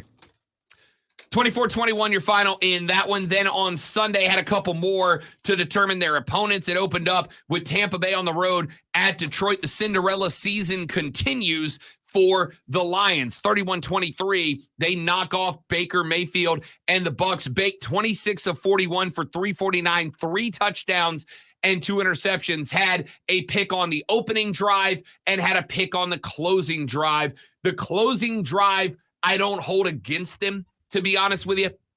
Wasn't the best throw Baker made all day, but you're inside of a couple of minutes. You've got to score and get the ball back, so you're rushing the offense. You've got to take chances. You've got to throw lottery balls up there, and that's what Baker did in that spot under harassment. I will say this. This game is not on Baker Mayfield. This was not a Baker loss. The defense could not figure out. I think they sacked Jared Goff twice. The defense could not figure out the Lions' offensive line. The Lions' offensive line deserves all the game balls for what they did in the face of a very heavy Tampa blitz that day. 74 yards for Jamar Gibbs, including a touchdown of 31 yards. That was when that one scored, when Jamar just waltzed through the middle of the Tampa Bay defense and scored that one. I was like, that's ball game. That's over. I love Bake. I'm pulling for Bake, but they can't do it. Do they keep him? Because Todd Bowles already said, yeah. Did he? Todd Bowles said yesterday, right. He's like, I want to run it back with Baker one more time. And I don't blame him. I'll tell you right now, if I'm Baker Mayfield, I'm going to flight to Charlotte. I'm going to Tepper's office. I'm playing the glass breaking. I'm kicking David Tepper's door down, and I'm giving him the entire 3 years of Stone Cold versus Mr. McMahon treatment. Because Bake put something on tape this year. Bedpan and all? Oh, yeah. Baker put something on tape this year that said to David Tepper, it's not me, it's you, dude. The loss was not on Baker Mayfield, but the loss does go to Tampa Bay. The Lions move on to take on the 49ers, and then we wrapped it up last night in the game that we talked about at length in the last hour. 27-24. Patrick Mahomes is now 1-0 in road playoff games. Josh Allen now 0-3 against him in the playoffs. Josh Allen has beat Patrick Mahomes 3 consecutive in the regular season and lost to him 3 consecutive in the postseason. To me, not on Josh Allen. Wide receivers dropping footballs. You had coaches making absolutely lunatic play calls deep in that game. Josh Allen did what he could. End of the day, Andy Reid is a wild card, man. He is the ace in the hole. The play calling for Kansas City, Lonzo down the stretch, I thought was perfect under pressure. It was perfect. They knew what they could do. They didn't try to force it. They didn't say, oh, doesn't matter if we don't have Tyreek. Let's throw deep balls. They didn't.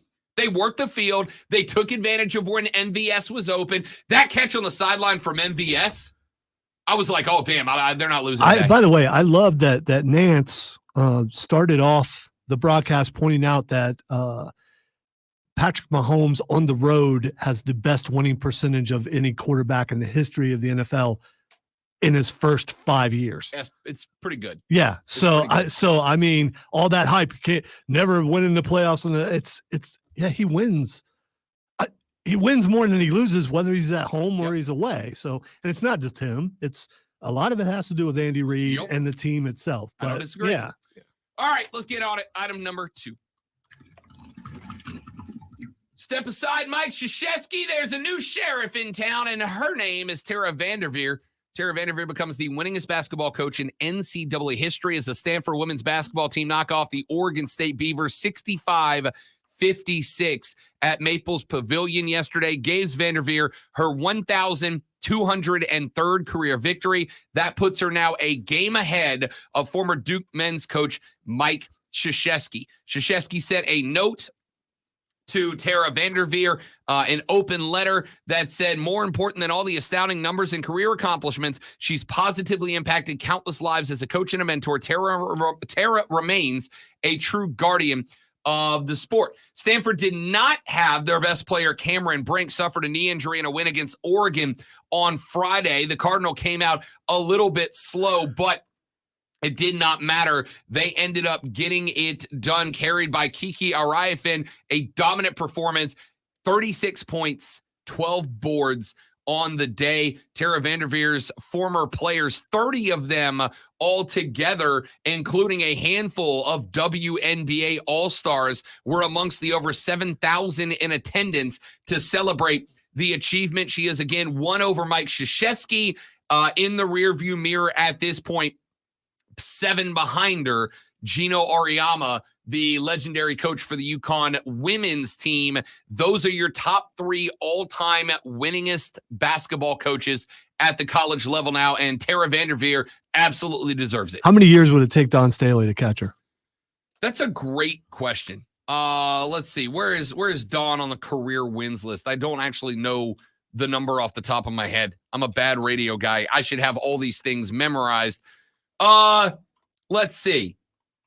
I'll tell you what, let's do the research on that because I don't know off the top of my head, and I don't want to sit here and make you guys listen to me do research at the time. So we'll find out Don's all-time number, and then we'll take a look at that. But before we get there, let's get to item number 3.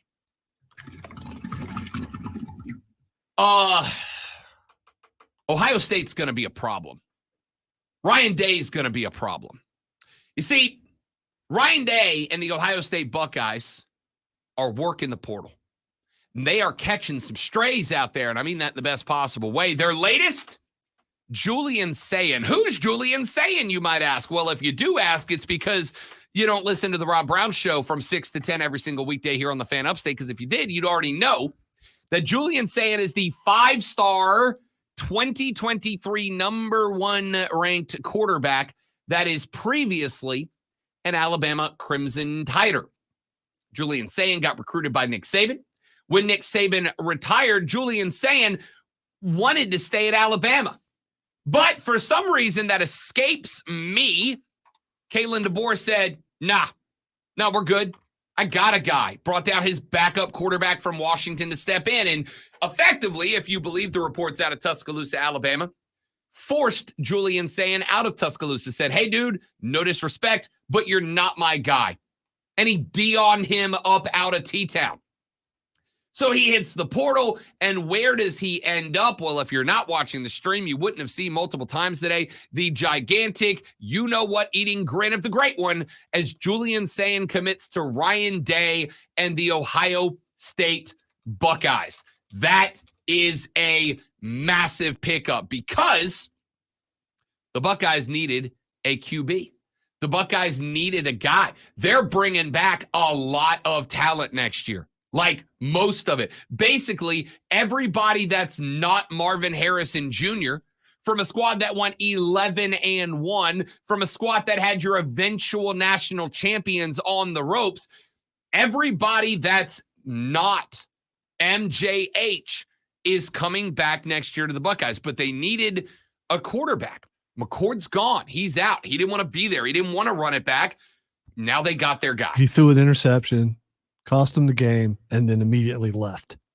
I mean, I've met Buckeyes fans. It's hard to blame them sometimes. Nah, I know you may pretend that I'm obnoxious and things. No, not you. I was going to say because you.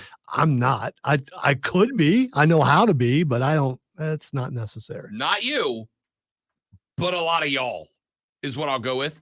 Either way, regardless of why he decided to bail, he has bailed, and the Buckeyes, Ryan Day, needed a QB. So what do? They go into the portal. They get Julian Sayin, and now one of the most highly touted quarterback prospects of the last few years will be wearing the scarlet and gray next year in Columbus, Ohio. That's a massive pickup for your boys.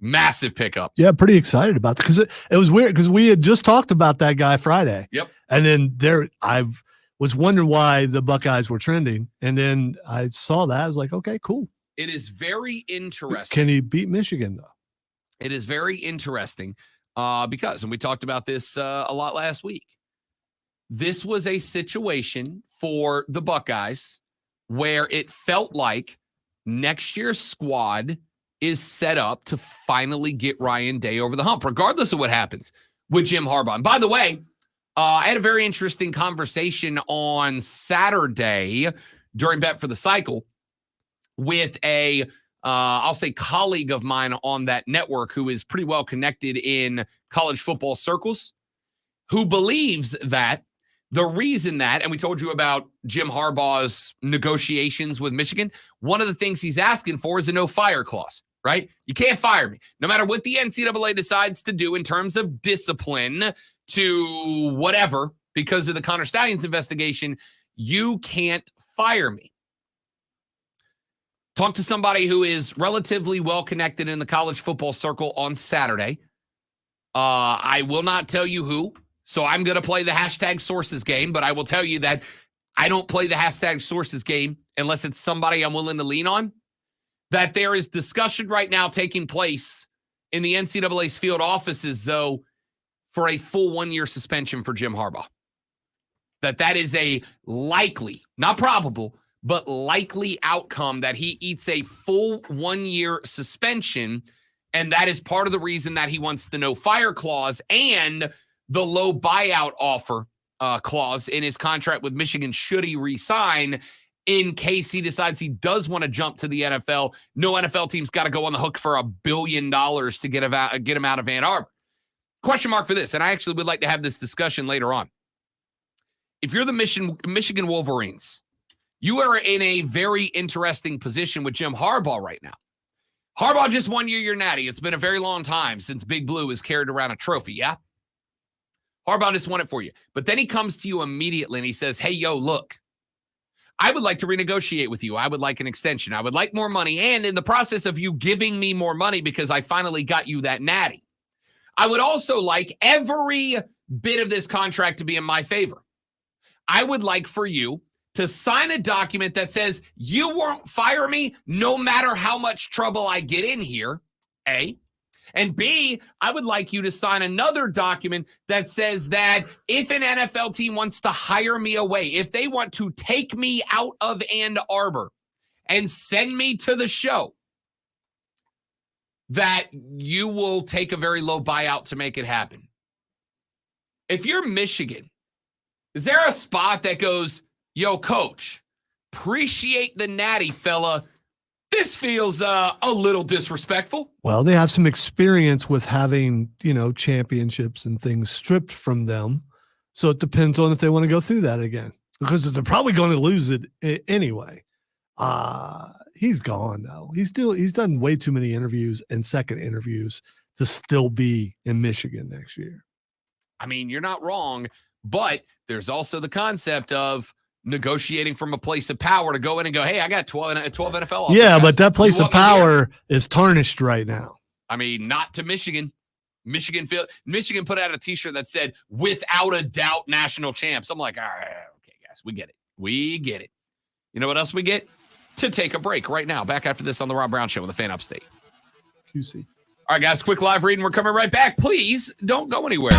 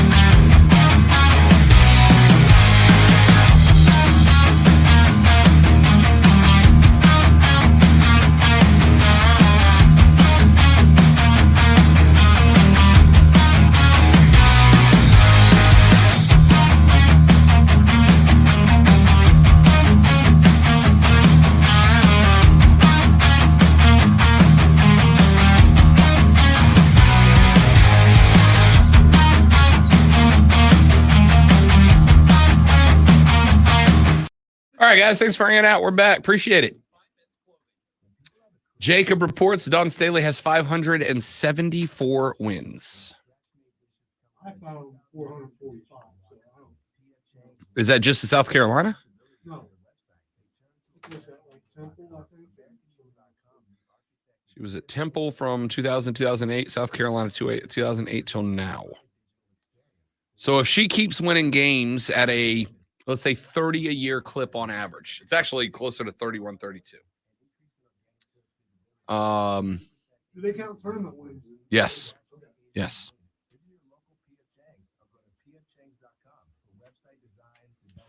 Let's see. Still probably taking another 10 years. Sir, where's her head coaching record? Here it is. She has, according to Wikipedia, for what that's worth, she has an overall head coaching record of 591 and 186, include from between Temple and South Carolina. So 3 different people researched it. 3 different people found different numbers. So she has 419 at South Carolina. She's 419 and 106 at South Carolina. She is 172 and 80 at Temple.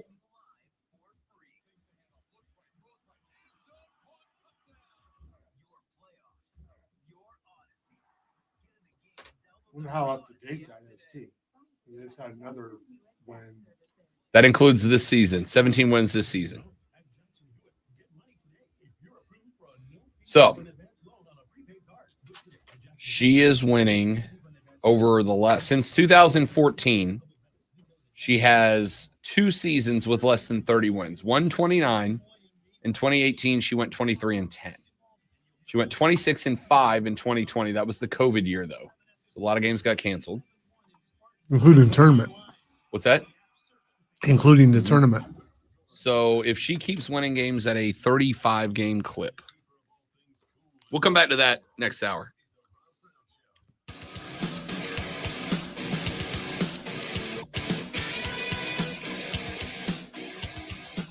The Rob Brown Show rolls on. It is the Fan Upstate. I am Rob, the great one Lonzo, on the other side of the metaphorical glass this morning. We've been talking a lot about quarterbacks at the National Football League level, specifically the 8 who played this weekend. And I think this weekend was a pretty good illustration of how and why narratives are built around quarterbacks and how and why narratives often, in my opinion, are wrong about quarterbacks, right? I looked at this game last night, Kansas City and Buffalo. And of course, as soon as that game ended, Kansas City going on the road, knocking off Buffalo and moving on to take on Lamar and the Ravens in the AFC Championship game. As soon as that game was over, the narrative immediately got constructed on social media. Josh Allen can't beat Patrick Mahomes. I think it does a couple of things. Number one, Which technically is right, but it's a team game. correct. The narrative is Josh Allen can't beat Patrick Mahomes. Let's even sharpen the narrative and say in the playoffs, because he has beaten Mahomes 3 out of 3 in the last 3 in the regular season. But I think there's more to it. And this is one of the reasons why it frustrates me to no end when people try to tack wins and losses on as a quarterback stat, because it misses 95% of a game that gets played. At any given point in time, there are 1 quarterback and 21 other players on the football field, right? And you're going to tell me that the dubs and the L's are solely recorded onto 1 out of 22 guys. I'm a bad math guy. I am very dumb with the numbers. But 1 out of 22 is most certainly not 100%. Even a graduate of Steiner University would understand those numbers. 100%. That's an easy one for me. So I look at this game last night with Josh Allen. Sean McDermott failed Josh Allen. The offensive coordinator failed Josh Allen. The play calling failed Josh Allen. But it wasn't just that.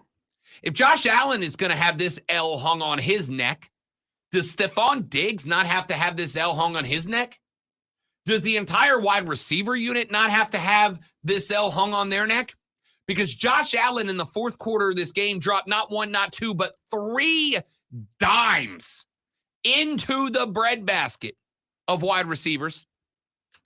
And not one, not two, but 3 times those footballs got dropped onto the turf, including Stephon Diggs, a guy that repeatedly this season caused completely unnecessary drama in the locker room, up to and including his brother on the Dallas Cowboys tweeting about how they need to get 14 up out of there. It was not a great look.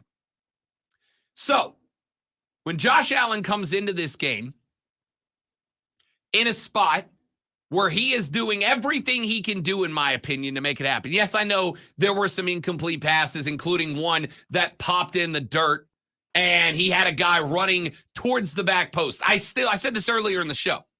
I still think that was a combination route. I think there was supposed to be somebody inside the 10 running the cross. It was supposed to be a double cross, one shallow, one deep, and they blew it. But maybe I'm wrong there. That might just be me wanting to give some credit and it was a bad throw. I don't know. Even if it was, it does not excuse the multiple drops. It does not excuse what I believe was anxious play calling for no reason. I don't understand it. I would like to point out, and Zach just popped up in the stream chat and asked the same question I asked back in the first hour.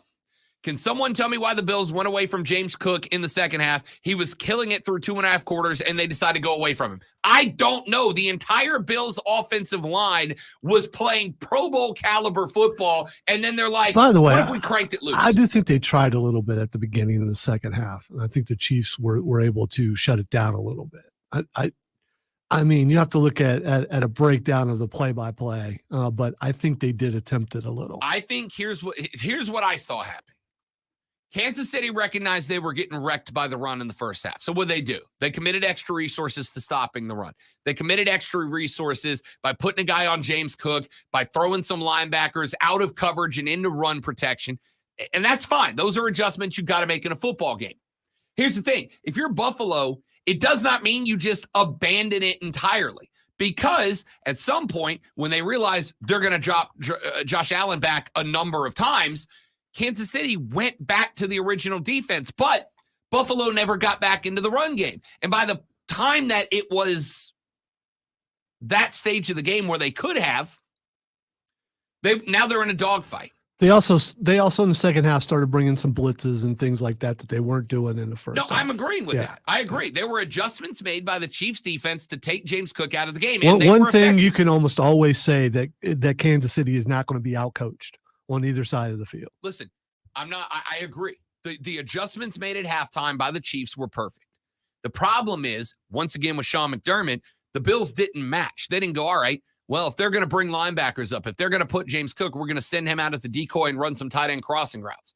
Probably the only guys on the field who didn't let Josh Allen down last night, right? We're going to run Kincaid, Knox across the middle. We're going to throw a couple of close-in crossing patterns behind the linebackers that are playing up to stop the run.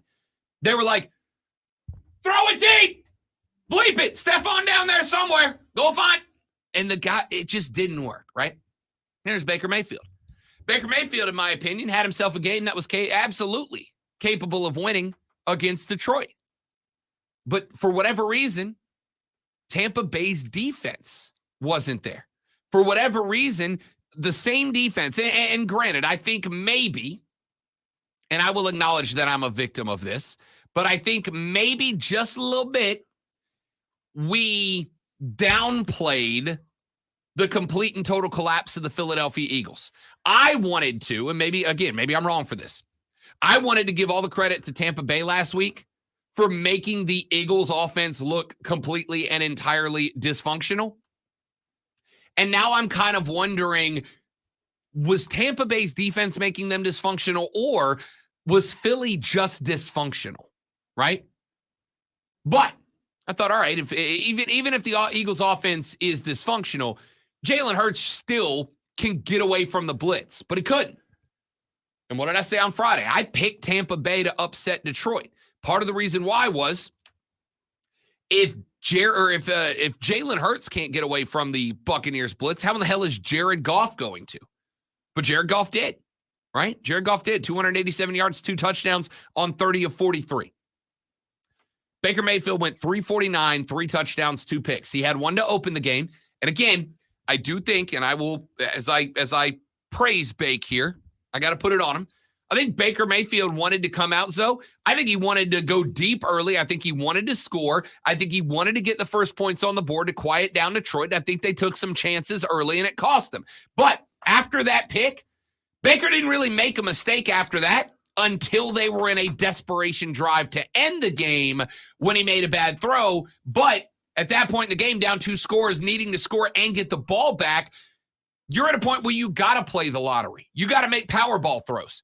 You got to make big, risky throws that are high risk, low reward, but you got to find something. It wasn't an easy interception either. No, that kid made a stellar play. That was a really good play. Fading away, falling back over his head. I mean, it was a hell of a pick. The point is, there's a lot of folks that are going to look at Baker's 2 interceptions and go, oh, in the clutch, Baker couldn't get. No, that was not on Baker Mayfield. Baker Mayfield did more than enough to win that game. Problem was the defense allowed 31. Problem was the defense allowed Jared Goff to go for 287, 2 touches, no picks, right? That's why I get frustrated with the wins and losses attributed to quarterback stats. Those two games had nothing to do with the teams that won. I would say the opposite about Brock Purdy. Brock Purdy finishes this game. Brock Purdy finishes this game with 252 yards and a touchdown. Ryan Clark on Twitter last night said, how in the world do you look at this game from Brock Purdy and think that he can go mano a mano with Mahomes or Jackson? He can't. For just to be very clear, I don't think Brock Purdy is, and I'm going to take some you-know-what for this, and I don't care. I don't think Brock Purdy's as good as Jared Goff. I think Brock Purdy is surrounded with probably the most ridiculous skill position haul that any quarterback has had in a very long time. Well, after Saturday, I think it was Saturday. Yeah, after Saturday, I'm not positive that San Francisco is going to get past Detroit. I'm not either. Like I'm in this spot because I might even be leaning towards Detroit at this point. I went 500 on my gambling picks this weekend, which 500 in Vegas is a loss. All right, I'm down a little bit. Not bad, but I'm down a little bit. Right. Part of it was because I went with 2 what I acknowledged to be very questionable picks. I went Tampa on a money line upset. I thought they were good enough to do it. And I acknowledged on Friday that was my least confident pick, but it was one I was making anyway.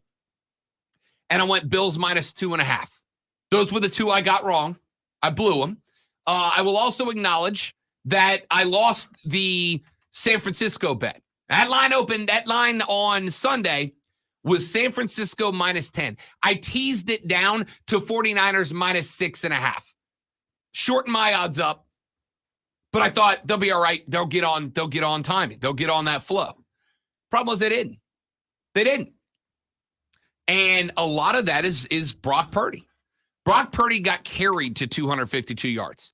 There's 252 where the quarterback is throwing guys open for big ones.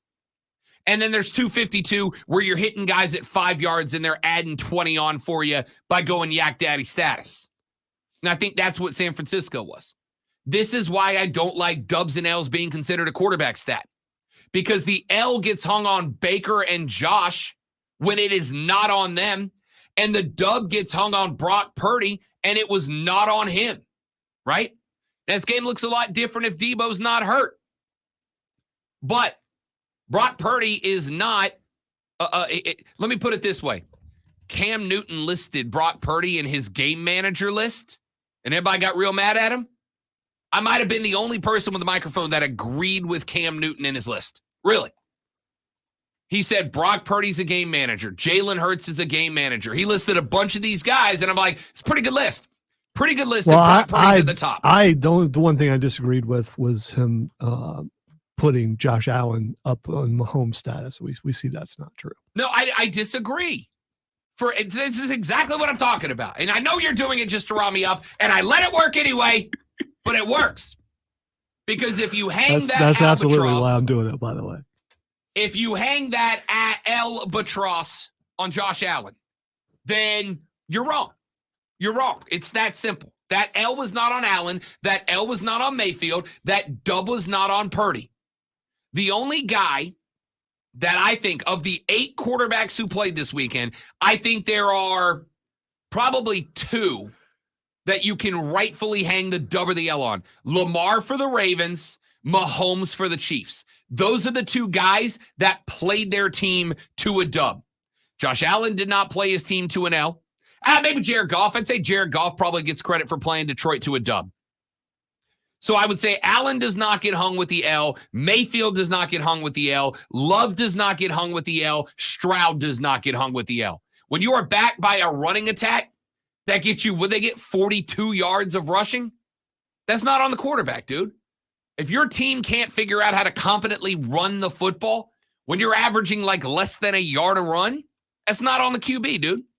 The guys who get rightfully credited, Lamar with a dub, Mahomes with a dub, Goff with the dub. Everybody else played good enough ball or get too much credit for not playing good enough ball to have that stat awarded to them.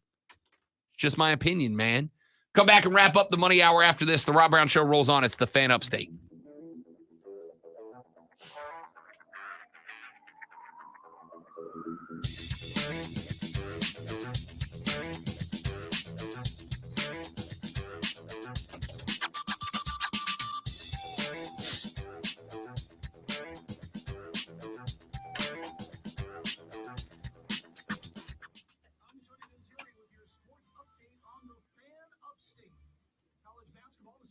That is a wild statistic. That is wild.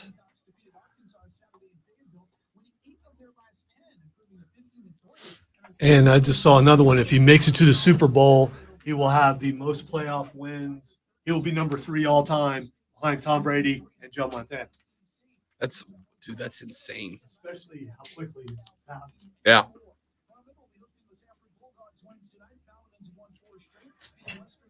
All right, guys, give me 40 seconds. We'll be right back. Don't go anywhere.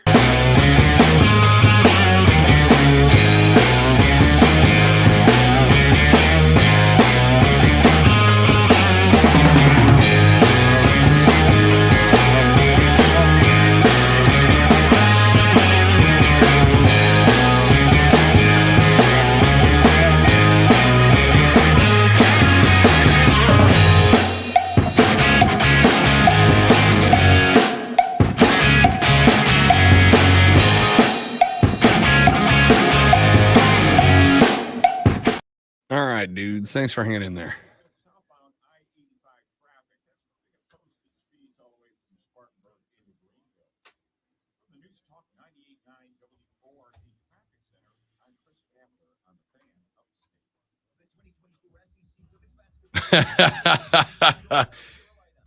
Two things. Number one, that is a hilarious avatar. But I don't know, man. I don't think the Texans deserve the face palm for this year. You stole the division. You got the right rookie guy.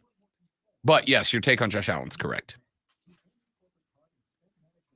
I agree. And that's exactly what I'm saying, Zach. I do not understand why they got to, even if they're stopping the run briefly, you stick with that run.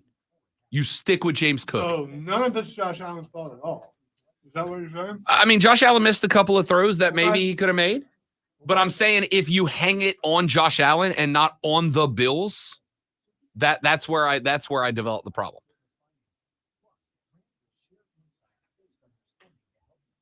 Common narrative. Your people came up with it.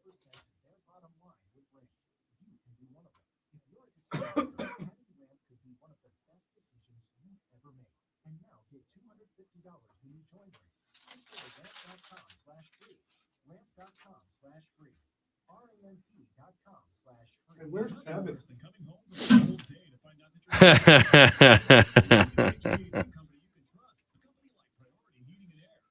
Like I said. He was on the pulse Saturday. Was he? I'm telling them, hey, man, not engaging in sports talk here. It's not what we're doing. But he talks about other stuff too. So it wasn't that bad, but he kept trying. That's what a good troll does. Never give up, never surrender. It's a good listener. I wouldn't call him a troll. Tony Romo dropped a "to be the man, you have to beat." Yes, he did. He absolutely did. The only thing that he said that was relevant in the entire night is to be the man, you've got to beat the man. The most publicly accepted wrestling quote of all time? No, brother is. I don't think it is. Brother's good, but a lot of people say brother with no connection to being wrestling. Brother's kind of a general term I feel like brother is a common term that brought to wrestling. I feel like to be the man, you got to beat the man is a wrestling quote that went public. You're right, but at the same time, do you hear anyone say brother and you don't think Hulk Hogan? No. And I know that's us as wrestling fans, but not necessarily. I mean, because he was in the lexicon of everyone's. I mean, in the 80s, Hulk Hogan was everywhere.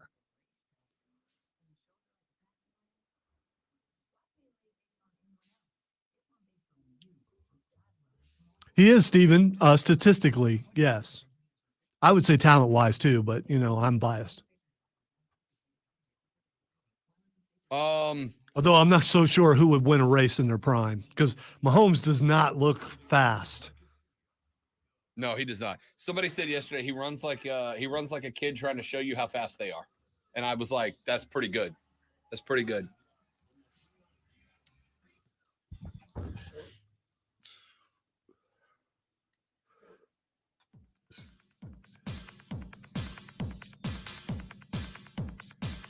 Lonzo showed me a pretty interesting statistic during the break here.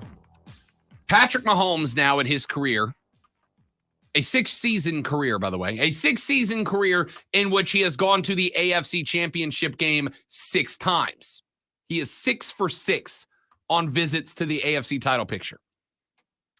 He has 13 playoff wins. 13 playoff wins as a quarterback in a 6-year career.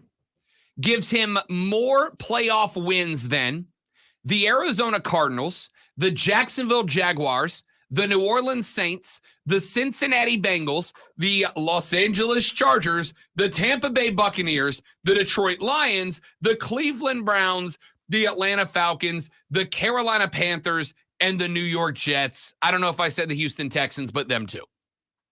That is 1, 2, 3, 4, 5, 6, 7, 8, 9, 10, 11, 12 teams. Almost half of the league. And in this list are longtime teams. The Browns, the Lions, the Falcons, the Jets. He has more playoff wins in 6 seasons as a quarterback than close to half of the National Football League has all time as franchises. That's ridiculous, right? That's insane. Lonzo pointed out earlier in the show, and I promise you we're going to get away from Mahomes and Allen at some point, but it is the NFL's postseason edging ever closer to the Super Bowl. Patrick Mahomes has, at this point in his career, a higher road victory win percentage than any other quarterback in the NFL's history. If Patrick Mahomes, what did you say, makes it to the Super Bowl this year, so wins one more, yeah, he would have more playoff. What was that stat you gave me? Do you remember off the top of your head? More playoff victories than any quarterback except for Tom Brady and Joe Montana. And that's full career. This guy is 6 seasons in. I don't know how long Patrick Mahomes can play at the level he plays at, but my dude's not exactly ancient. And I would like to point out, Mahomes' greatness is not in raw athleticism. I mean, it is in the way he can be perpendicular to or parallel to the ground and somehow still sidearm a completion. But it's not the legs that have kept him in this discussion, which means he's got at least another few good years in him, which means he's going to pass Brady. He's going to pass Montana. I don't know what his legacy is going to be when it's all said and done, I don't know if he's getting to 7 like Tom Brady did. He's got 2. Really, to ask for 5 in a row and 5 more it's a tall order for a kid who's 28 already. But also keep in mind, it was unfathomable that anyone would even have a shot at it. And here we are with someone with the next guy who possibly has a shot at it. And it's not unrealistic. If he has another 10 years in him, and he probably does, maybe another 15, who knows? Guys are playing later and longer. I agree. Yeah. I think that's a big ask. Let's say he has a decade. So what? He'd be 38. I'd say so maybe a decade and some change. Let's give him a decade. Let's say he's 28. Let's say he can make it to 38. And again, I am going to say respectfully, if he's going to make it to 38, there's going to be a point probably in 6-7 years where he has to become a more traditional pocket passer. That's why Brady and Manning could last. That's why Breeze could last, because they could stand in a pocket and allow guys to defend him. But let's give him a decade. He would have to win half of the Super Bowls for the next decade to catch, not pass, catch Tom Brady. That being said, you pointed out aptly, when Brady got 7, I think most of us were comfortable going, even with Mahomes where he is, dude's not catching him. Nobody's catching him. He'll never be caught. It'll be a Herculean accomplishment for Pat Mahomes to catch Tom Brady. But in terms of the numbers, he's already had a hell of a career, and that pretty much got knocked into truth yesterday. All right. Craze for Stanley stainless steel drinking cups reached new levels last week when a woman was arrested for allegedly stealing 65 of them, worth almost $2,500 from a store in California. Y'all got to stop. Y'all got to stop trending things, all right? It's getting ridiculous. Now, ridiculous how good Lonzo's going to do. Not my best effort. This Sports Flash. If you think I'm not going to talk about the Chiefs every single one, you're wrong. The words wide right might be considered vulgar. I'm going to do that every time because I don't say that word very much. In Buffalo, New York, with a chance to tie the Kansas City Chiefs and send the game into overtime, Bills kicker Tyler Bass missed a field goal that sealed a 27-24 Kansas City win, sending them to the AFC title game for the 6th year in a row. Patrick Mahomes went 17 of 23 for 215 yards and 2 touchdowns, both to Travis Kelce. Ryan Day picked up a big commitment this weekend as former Alabama 5-star quarterback Julian Super Saiyan signed on with the Buckeyes, saying departed Alabama after Nick Saban retired. Saiyan has a relationship with new Buckeyes offensive coordinator Bill O'Brien, who recruited him to Alabama. Tune in Wednesday as the Furman Paladins basketball team take on Sanford right here at 6:30 on the fan. On the fan.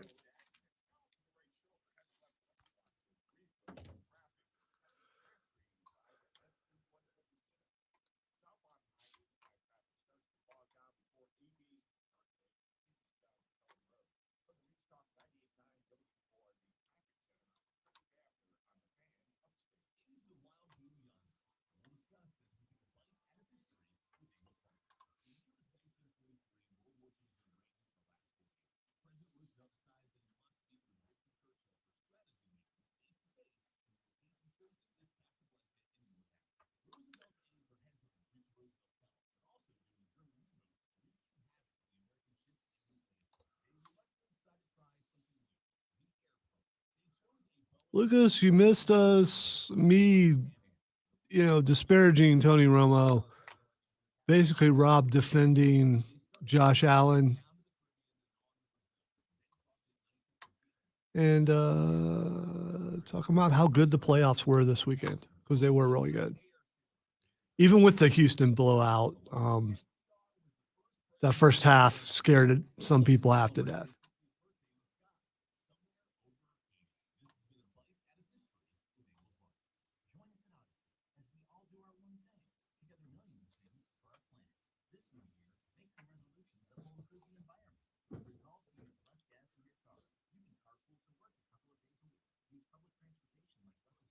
See, I don't know that Andy Reid retires.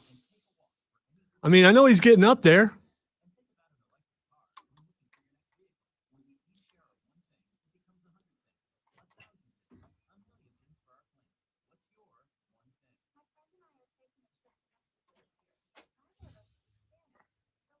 Was indeed a great playoff weekend. Lucas with the lid off. Look at Odie popping by in the chat. What's up, big dog? Yeah, he's just no, don't acknowledge that. I'm absolutely acknowledging Odie. Don't acknowledge that. He's messing.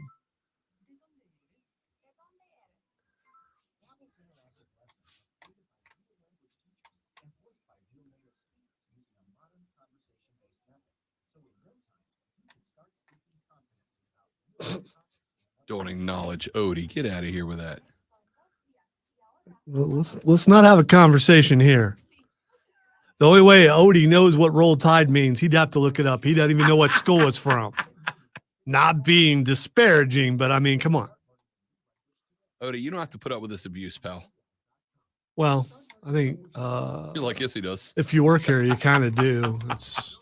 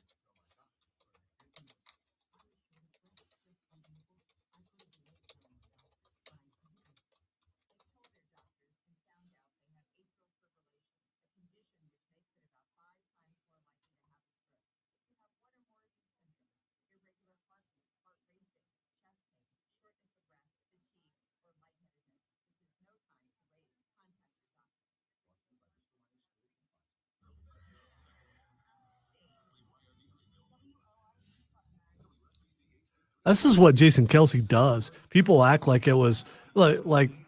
By the way, he's not retired yet. The media said he was retired. He said he's not. So unless he's changed over the last week, he said he's not retired yet. So, well, he's not going to do it and miss to the playoffs. by the way, he was retired, or whether he was retired or not, he goes to his brother's games when he's out of the playoffs, and he does this stuff. What I'm saying, it's not unusual. I mean,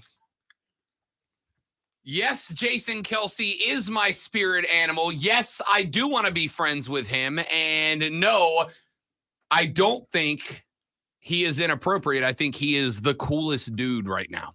Okay? I think he's the best. My man set a brand new definition of hashtag big brother goals yesterday.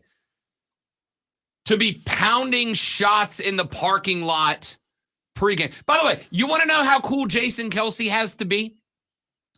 Jason Kelsey was welcomed and accepted and drank shots in the parking lot with Bills Mafia, a fan base that was ready to unload a torrent of snowballs at his little broski, preferably to beat his football team. They still were like, yeah, no, you're cool, dude. Come on down. Let's drink shots out of what Lonzo and I can only figure out was a bowling ball. It looked like a bowling ball. I will say that that those snowballs were about as accurate as Lance Bass or whatever that guy's. Lance Bass, noted singer from the group NSYNC. No, the kicker for. No, it's Lance Bass now. It's Lance just Bass. what we're going with. They're about as accurate Yeah. because they didn't hit anybody with those snowballs. So, and shout out to Jason Kelsey also for picking up a little girl and letting her meet Taylor Swift. That was cool. Yeah, that's a big deal. Yeah, not everyone would do that. that was cool. Yeah, I want to hang out with that guy. He seems awesome. If you've not listen, I don't frequently tell you to He listen to he other might things. think that you're a lightweight and that you can't hang. I'd give it the best I had. I'd give it the best I had. All right. I'd try to go drink for drink with JK. I doubt I'd make it, but I'd give it the best I had. Caitlin Clark. Let's talk about this for just a second. One of the most polarizing discussions in sports is about court/field rushing after a big win, yeah? For whatever reason, people find themselves very much on one side or the other of the court storming debate, yeah? Iowa played Ohio State over the weekend. The Buckeyes ended up knocking off the number 2 ranked Iowa Hawkeyes 100-92. Caitlin Clark in that game, 45 points on 12 of 25 from the floor, 7 of 18 deep, 14 of 16 from the stripe. Unfortunately, in what should have been a game that garnered front page news, not just because of a fantastic game, not just because it mauled the over, not just because the Buckeyes scored a century mark and upset the Hawkeyes for their 15th win of the year and kind of threw the March bracketness on the women's side into chaos. It happened because after the game was over, the Ohio State Buckeyes stormed the court. And in storming the court, a young lady wearing the scarlet and gray, running as one does in the year 2024, holding her phone up in the air while she ran, because you know the footage from that is just going to be like Michael Bay caliber. Got at least 5 clicks, at least. At least 7 likes on Facebook. No, I mean, well, now she's got a few thousand. She might be trending tremendously right now. As she ran onto the floor,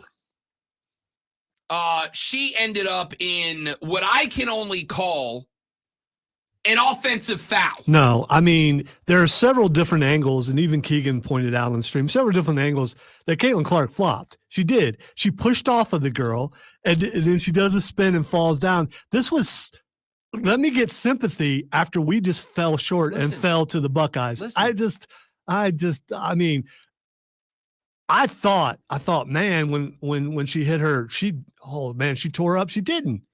She tore herself up. As generic create a character white guy A in my basketball playing youth, let me be abundantly clear. 90% of successful charges taken are flops. You have to show I had position, that person came through me, and I lost my position on the floor. This is all about sympathy. This is all about, hey, don't look at the fact we lost. That girl ran into me. That's what this is. I mean, good on her for thinking that fast and getting the fact that I guess she didn't come through and help them win the game.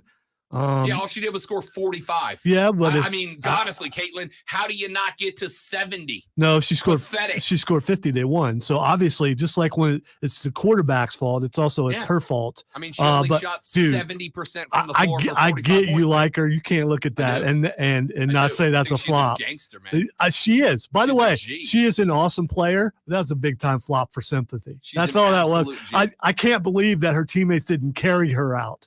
Yeah, I mean, they should have Willis Reeded her out of the thing. I mean, and she's just, it was let me tell you what so actually bad. happened. It's so bad. Because I know what actually happened. Watch the video. Watch the slow-mo. No. Video. Listen, video shows a lot. Doesn't show everything. Let me tell you what happened. My girl took a shot to the rib cage. All right. Homegirl with the camera had the arm up, was running other elbow out.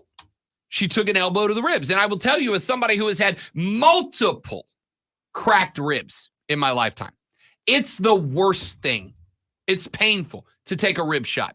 That is why, if you ever watch dominant rebounders at any level of basketball, dominant rebounders, one of the things that you will always see is the box out with those elbows flared. There's 2 reasons. Number 1, makes you wider, harder to get around you without overgoing the top. Number 2, if that person does come on the side, bang, I go elbow in the rib cage. It sucks. All right, I sent you the video, and during the break, we can break it down so you can show me where the rib shot happened. Was her arm in there? Yeah, but it was not a stiff arm. There's no elbow in the gut. You see Caitlin Clark go up with her arms down, like you do when you're taking a charge, and then pushing off, doing a nice pirouette, and then pretending to be hurt. That's what you see. She took an elbow to the ribs, instinctively shoved off, and then there's no elbow. There is no. There is. Okay. All right, Romo. Texas Keegan said if it happened to LeBron, that fan would be in prison. Listen. There are some correctional institutes fairly close that they could have taken her to. So jokes to the side. Yes, Caitlin. Caitlin pushed off and went to the ground. I'm not going to argue that it didn't hurt. Okay? But this did not have to happen if you keep people off the court and off the field. You don't play for the team. You don't have a right to be on the court. You don't have a right to be on the field. You pay for your ticket to be in a seat, not to be on the field. This could have been really, really bad. Luckily, it was not. But you can't. I mean, just celebrate from your seats, man. Go out outside and celebrate, but you don't belong there. As somebody who is pro court storming, pro field storming, okay, I fully acknowledge and always have that there is a risk to it, okay? Because as much as there is the incidental contact that we have here, like jokes aside, as much as the incidental contact between fans and athletes is a real possibility, nope, probability, nope, definite.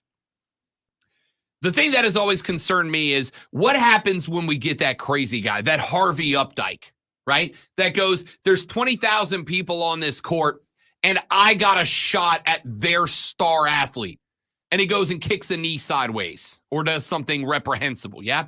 I get it. I understand there's a risk. I'm also going to say we've had 1,000 years of court storming, and that's never happened. There's never been that. That's an exaggeration because I don't think 1,000 years ago that they were storming the Roman Colosseum. Because if you do, you die. Maximus Decimus Aurelius in the upset win over Joaquin Phoenix. The centurions with their swords are like, yeah, come on down here. You don't know. You don't know. All right. You don't know that the Mennonites didn't win a battle and decide they were going to storm the battlefield afterwards in celebration. You don't know. All right. The Minutemen clear the green at Lexington, and the rest of the Tories or the Whigs, pardon me, come rushing down to the field to celebrate. It happened. I'm glad you fixed that because the Whigs people were about to get really angry with you. Yeah, a lot of Whigs out there getting real mad. The point here is, has it been a problem in spots? Yeah, of course it has. Of course it has. But this is, you know how I know this is the one-off? This is the offshoot? Because we're talking about it, right? Because we're talking about it. It is what it is. It's not the first time. I mean, people have gotten hurt when the goalposts have come down. I mean, it's happened before. It's just not basketball. Here's what I'll say. If it happens to a fan, dog, that's kind of on you, right? If you rush into a mob of 8 or 10 or 15 or 20,000 or more, rush in a field, you take that as a risk, just like you do when you drive on the interstate. The likelihood of it happening is not real high, but it can, right? The only time I'm going to start saying, okay, we can't do it anymore is when athletes start getting banged up. And even if Caitlin Clark flopped, whatever, jokes aside, even if she flopped. Right. She could have been hurt seriously. Correct. And there was actually, and I wrote it down and now I left my notes over in the other room, but there was a dude athlete, I want to say from like Texas Tech or something this weekend. There was a dude athlete who got run into and run over as well on the basketball side. What I'm going to say is if this kind of stuff keeps happening, then yeah, at some point we're going to have to knock it down. We're going to have to knock it off. You're going to have to say, all right, you can't do it anymore. Anybody caught on the floor, arrest. That's it. But there have been 100 courts stormed in college basketball this year, and this is the first weekend we've talked about it. There have been upsets. This has been a fantastic year of college basketball so far. Upsets happening everywhere. 100 is kind of an exaggeration because there have been some upsets, but not that many. Hypothetical killer. It's an exaggeration. Okay. Oh, well, I mean, there have been. Maybe I'm a stats guy and I felt like you were wrong. There have been tens of courts stormed this year. There we go. That's probably closer to the number. Tens of courts stormed. And this is the first time we've talked about it. It doesn't help your cause, though. It's a limited amount. And then percentage-wise, 2 people get hurt. And if there's 10 and 2 people get hurt, 2 players get hurt, that's a lot. I said tens. It has not been 10. I promise you it's been whatever. The point is, this is the first time we have talked about it. And granted, part of the reason we're talking about it is because it just happened to the most visible athlete in that sport. If this was the second string point guard for Iowa, hell, if this is for anybody who's not Caitlin Clark, if this happened to Gabby Marshall, who's Gabby Marshall, you ask? Exactly. If this happened to, I don't know, Kate Martin, these are teammates of hers. We're probably not talking about it today. but it did happen to her. Same as we'd be talking about it in the NBA if it happened to LeBron. You are correct. The point that I'm making here is very simply that don't take a time-honored tradition away from the fans over an incident. Instead, it's not a time-honored tradition. It is. It's dumb. I've been hearing Mark Ryan complain about it for a decade now. That just means he's old and you've known him that long. So. Yes. And it also means it's been happening for at least a decade. It's been happening for longer than that. Yes, and it's that been is time honored. Since the very first storming of whatever, sports-wise, it's been ridiculous and it will continue to be so. Stop it. You did not pay to be on the court or on the field. I also hate when people have fun in sports. Yeah. It drives me nuts. When That's it. That's me concerned about them having fun. Awful. It's me concerned about destruction of property. It's me concerned about possibility of Is it people your hurt. property? Did anybody ruin the basketball court?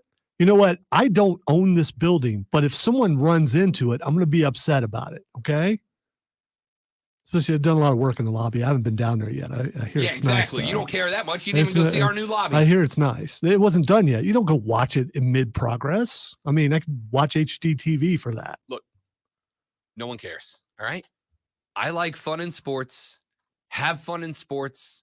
Enjoy. Don't touch the athletes. If you do, jail time. All right. It's real simple to me. It's real simple to me. Just stop. Stop taking fun things. Why is it that we are so damn intent to take fun out of sports? It's fun. It doesn't mean anything. I have a whole radio show dedicated to talking about a thing that is in effect meaningless. It is only meant for our entertainment. And people are like, no. No more fun. Can't do that here. Can't have fun. Can't call it the cocktail party. Tailgates have to only be 2 hours before the game. Open the tailgating line at midnight the night before. Said what I said. Stop being the fun police. You might as well have done that. Yeah, just okay. All right. Stop Yeah. being Have fun in the stands. Have fun outside the arena. There's no reason for you to be on the court or the field. Stop being the fun police.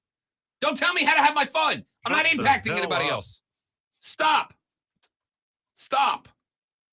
Texter said, the Mennonites, Amish people storming the court. Rob, you are delusional. I am an official. The fan committed an intentional foul. No flop. 90% of all fouls like that are player control and flopping. Rob, what do you mean? That's what I said. You're saying I'm delusional when I said it? That was a player control move to draw the foul. And by the way, it worked. It worked because every channel's talking about how Caitlin Clark got wrecked. That is the definition of taking a charge. I missed them. I mean, I heard all the ites part, but I didn't notice the Mennonites because now I'm picturing a bunch of Amish people. Do you know that? I tell you what, I'm going to amend my stance on this. I'm okay if the Amish storm the court. That's it. That's because I want to see it once. But it has to be a day game. Well, yeah. I mean, you know. Man, look, I said she did a fantastic job of taking a charge. She did. The goal of taking a charge, as someone who was an official at the high school level for a long time, you have to establish your position, and then you have to show that that position was taken from you. You were removed from the position. I'm not sure the Ohio State fans' feet were set. No, they weren't. That's why it's a charge. Okay. All right. Caitlin had all right. floor position. She was run into, and she showed that position was taken. All right. That's All an right. excellent All right. charge. Restart the game. Have her shoot her 2, and guess what? They still lose. So, I mean, you know, there's that. Oh, man. All right. That was fun. Jokes aside, we got other stuff to talk about, ladies and gentlemen. We do have to talk a little college football on the radio broadcast today. I got a few notes I want to get into, college basketball as well. South Carolina and Clemson both get big and, dare I say, very necessary dubs. South Carolina against Arkansas. Clemson knocks off FSU. But when we come back here in just a minute, we do have a Panther head coaching quest update for you. 2 names have now received invitations for second interviews. I will tell you who they are and which I prefer. We'll see if Dave Tepper does as well when we come back on the Rob Brown Show on the Fan Upstate. Smith. All right, guys, one more live read, and then we're coming right back. Don't go anywhere.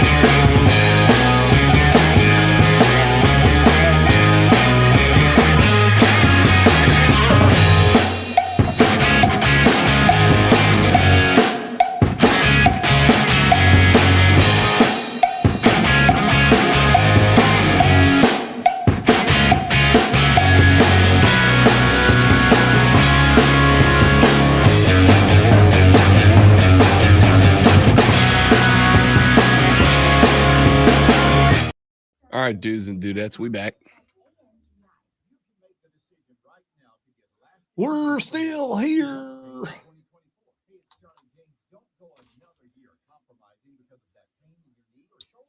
So there's a game that just came out that everyone's playing that you can play, but I don't know if you'd like it or not because it's also on Xbox One and it's on Game Pass. It's called Power World. I started it.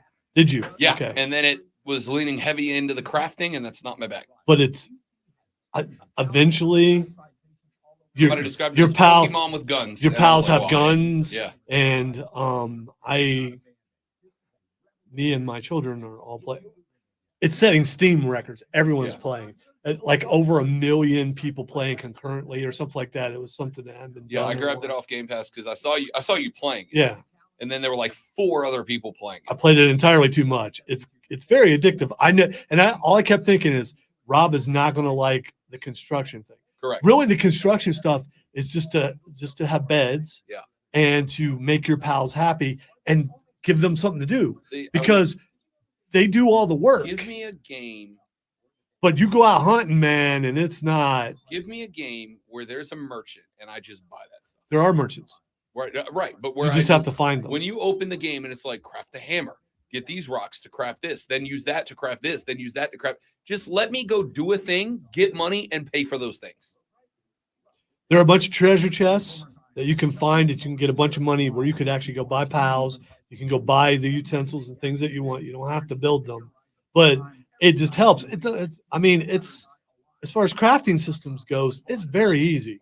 I mean, you pick a spot, and if you have pals, they help you build it. So boom, you're done. It's just picking the right ones.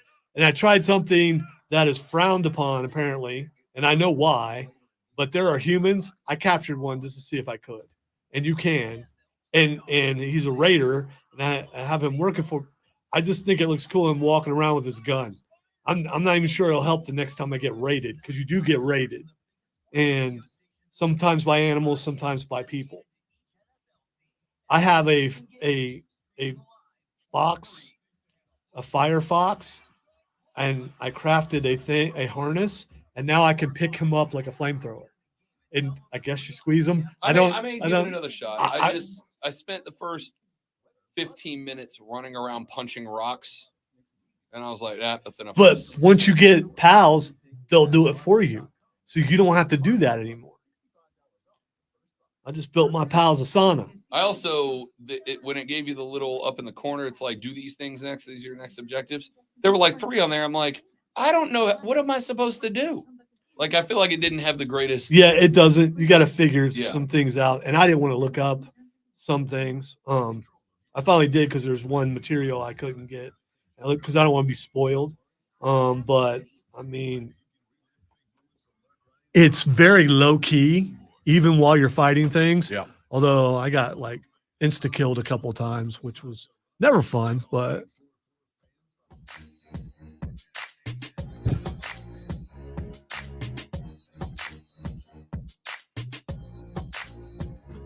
The Rob Brown Show rolls on. It is the Fan Upstate. Ladies and gentlemen, Robin Lonzo with you. Carolina Panthers still on the quest for a new head coach. We are starting to see some get named. Antonio Pierce named the new head coach permanently of the Las Vegas Raiders. Gerard Mayo is the new head coach for the New England Patriots. Carolina, one of the teams, along with Atlanta, Tennessee, Seattle, Washington, still on the hunt for their new guy. The good news for the Cats, and if you get your way, a Buffalo will be And looking for a Buffalo. new coach. Yeah. you got to do it, man. Like, you got to. I don't know that I'm ready to give up on Sirianni and Philly. I am on McDermott and Buffalo. In fact, I would go back and say, as well as the Chiefs have been in the playoffs, as well as they've played in the playoffs and beat Buffalo, I also think there's been a couple of coaching collapses from the Bills, and that's a problem at this point. So the good news for the Carolina Panthers right now is that head coaching jobs are filling up. The best thing that can happen, Sirianni and McDermott are both retained, because the fewer head coaching positions are open, the better chance it is that Carolina gets one of the top-notch guys and not just a guy. See, I don't. I still believe, because of Tepper's track record, that the Panthers would be the last one to hire a coach. That's the interesting part. And I'm not disagreeing with that. I mean, and if it was because of, trying to vet them and get it right this time, fine. But there are a couple big names out there with proven records. Whether you like Bill Belichick or not, bring them in. Nope. Because here's what it does. It makes you look serious. Nope. Whether you like Jim Harbaugh or not, bring him in. Yep. It makes you look serious, like you're really trying to bring a winner in. Cody Decker wanted to fight me because I said that there are 2 coaches that if Carolina brings in, I will be openly hostile to them. Bill Belichick is one and Dan Quinn is one. Either one of those guys get hired. In fact, Friday night, I was at a Chamber of Commerce meeting with the squad. The big boss was there. Not Friday night, Thursday night. Yeah, you need to there. say that at Thursday night. Thursday night. I was at a Chamber of Commerce meeting. Was talking to the big boss, and I told him, I was like, if Dan Quinn or Bill Belichick get hired, I have to apologize to you now. And he said, why?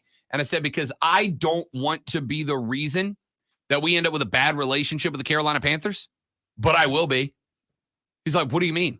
I said, if Hoodie or Dan Quinn get brought here, it is going to tell me that they are waving the white flag, and I will be openly hostile to that team. You want conflict? You will get it if Quinn or Hoodie are the guy. Now, I do agree with Lonzo. Carolina is the least attractive job of the ones that are open, and I'm including the Washington Commanders in that group.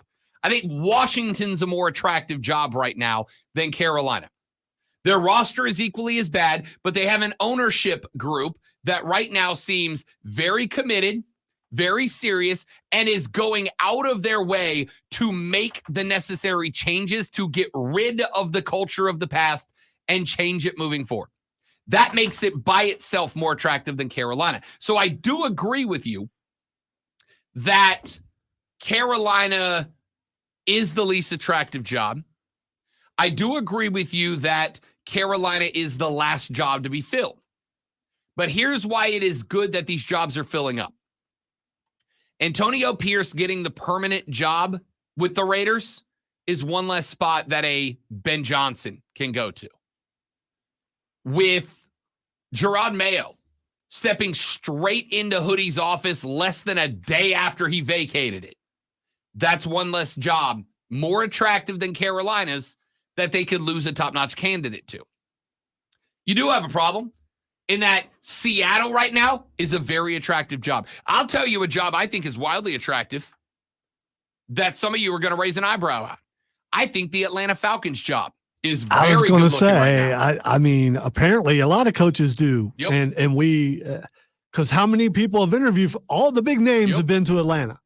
Atlanta is to the point Some that, of them a couple of times. to the point that, and I mean, I want to say it, I think Atlanta might be the best job out there right now. Because it looked like this was Belichick's job, and then you find out that he's not the only one who's interviewed twice. No. Including, it's not even that. yeah, a I'll lot tell of you guys. what makes that job attractive to me. They've got great young talent. They've got a good wide receiver core. Bijan Robinson looks like if he's right in the right offense and used the right way, he can be that guy. Defensively, they're pretty stout, and they have what is almost consensus considered to be the best owner in the NFL right now in Arthur Blank. Atlanta might be the most attractive job out there right now. Good news for Atlanta is, or good news for Carolina is, it feels to me like Atlanta might be leaning towards a defensive coach, but we'll find out, right? But the point here is, as the least attractive job out there, these other jobs, Vegas, New England, those jobs filling up with guys that were already in that program and weren't considered candidates for other jobs, that's good news for you because it takes fewer names out of the the list of what I think we would all consider to be top-tier coaching candidates, right? The Mike Vrabels, the Ben Johnsons, the Bobby Slowicks, those names stay in the hat right now. And that's what you need if you are Carolina. There are 2 names right now that we know for a fact have at least received a request for a second interview from the Carolina Panthers. One of them is one that I know Lonzo is going to shake his head at. I'm not. Ezra Evero has received a request for a second interview with the Carolina Panthers. Will he give up running the defense if he does it? No, I don't think he would, and I don't think you would ask him to. Okay, yeah, I think you would after abysmal. It was not abysmal. They were top 10 in every facet. You know why? Because they were good. No, because the offense was so bad, which means they had to be on the field longer, which gives you more stats. It gives, if you're out there longer, you're going to get more stats. No, you give up. If you're on the field more, If you you're- give up more passing If you're out yards. there longer, you get more stats. No. I don't think what I said was wrong. Yes, you do get up more stats. You give up more running yards. You give up more passing yards. Those things knock you down the rankings. They were top 10 in the league defensively. And if you adjust it for time of possession, they skyrocket up that list. Why in the world would you hire a defensive coach as a head coach for the Panthers? I agree with that statement, but that is a different statement. The correct hire is an offensive hire. Just because I think you and Rashad have talked up Evero more than what he deserves. And that makes me lean away from him because I think you guys give him credit that he doesn't deserve. I give him credit for organizing and orchestrating a very good defense based on an offense that did not let them take a freaking break this year. Based on the fact that Carolina was towards the bottom, in the bottom third of the league time of possession. I don't know where they were, but they were close to the lowest time of possession of any team this season, which means that you had the highest on-field time for that defense, and yet, statistically speaking, they were still very good. Imagine what Ejiro Evero's defense looks like if his defense could, I don't know, catch a damn break every now and then, take a breather, hit the bench, grab the oxygen tank for a second, have a cold Gatorade. There's always a lot of imagining in Carolina for the last during the Tepper reign. Imagine if this was like this. Imagine if this was like that. Well, it's not. Correct. But what it is not Ejiro Evero's fault. It's not on him. His defense. And I don't think you could imagine that it would be. I can't, because his defense was good. His defense held a Tampa team that went to the NFC divisional round to 9 points in a game where the division title was on the line. They held Bake to 9. They held a guy who scored 32 on Philly's defense to 9 in a game where they had very little time of possession. That is impressive, not depressive. Anything against Philly, I just don't count it. And that's fair. It's fair. Like I said, I bet on Tampa. And what I said was my least confident pick of the weekend. My upset special was Tampa over Detroit. And now I realize I probably was giving too much credit to Tampa for Philly's dysfunction. Philly was just dysfunctional. Tampa still was all Which, by the over way, them. I pointed out Friday was the reason why. And it's fair. Yeah. It's fair. I was gambling a little bit that this team was going to get right coming into the playoffs. They didn't. They did the opposite. They were just still bad.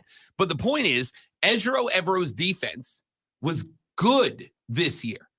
It looks worse than it was because of the amount of time they were out there. Now, I do agree with the statement that the correct coaching hire when you have invested this much in Bryce Young is an offensive-minded guy, preferably one who knows how to work with a young quarterback, preferably someone who can simplify the offense for a young quarterback and then develop it as it moves forward.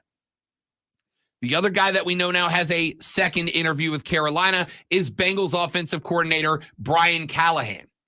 Carolina was, as far as I understand, the first team to get Brian Callahan on the phone for an interview in the first place. They did their virtual interview last week. Were they the only ones asking for an interview? I do not know that.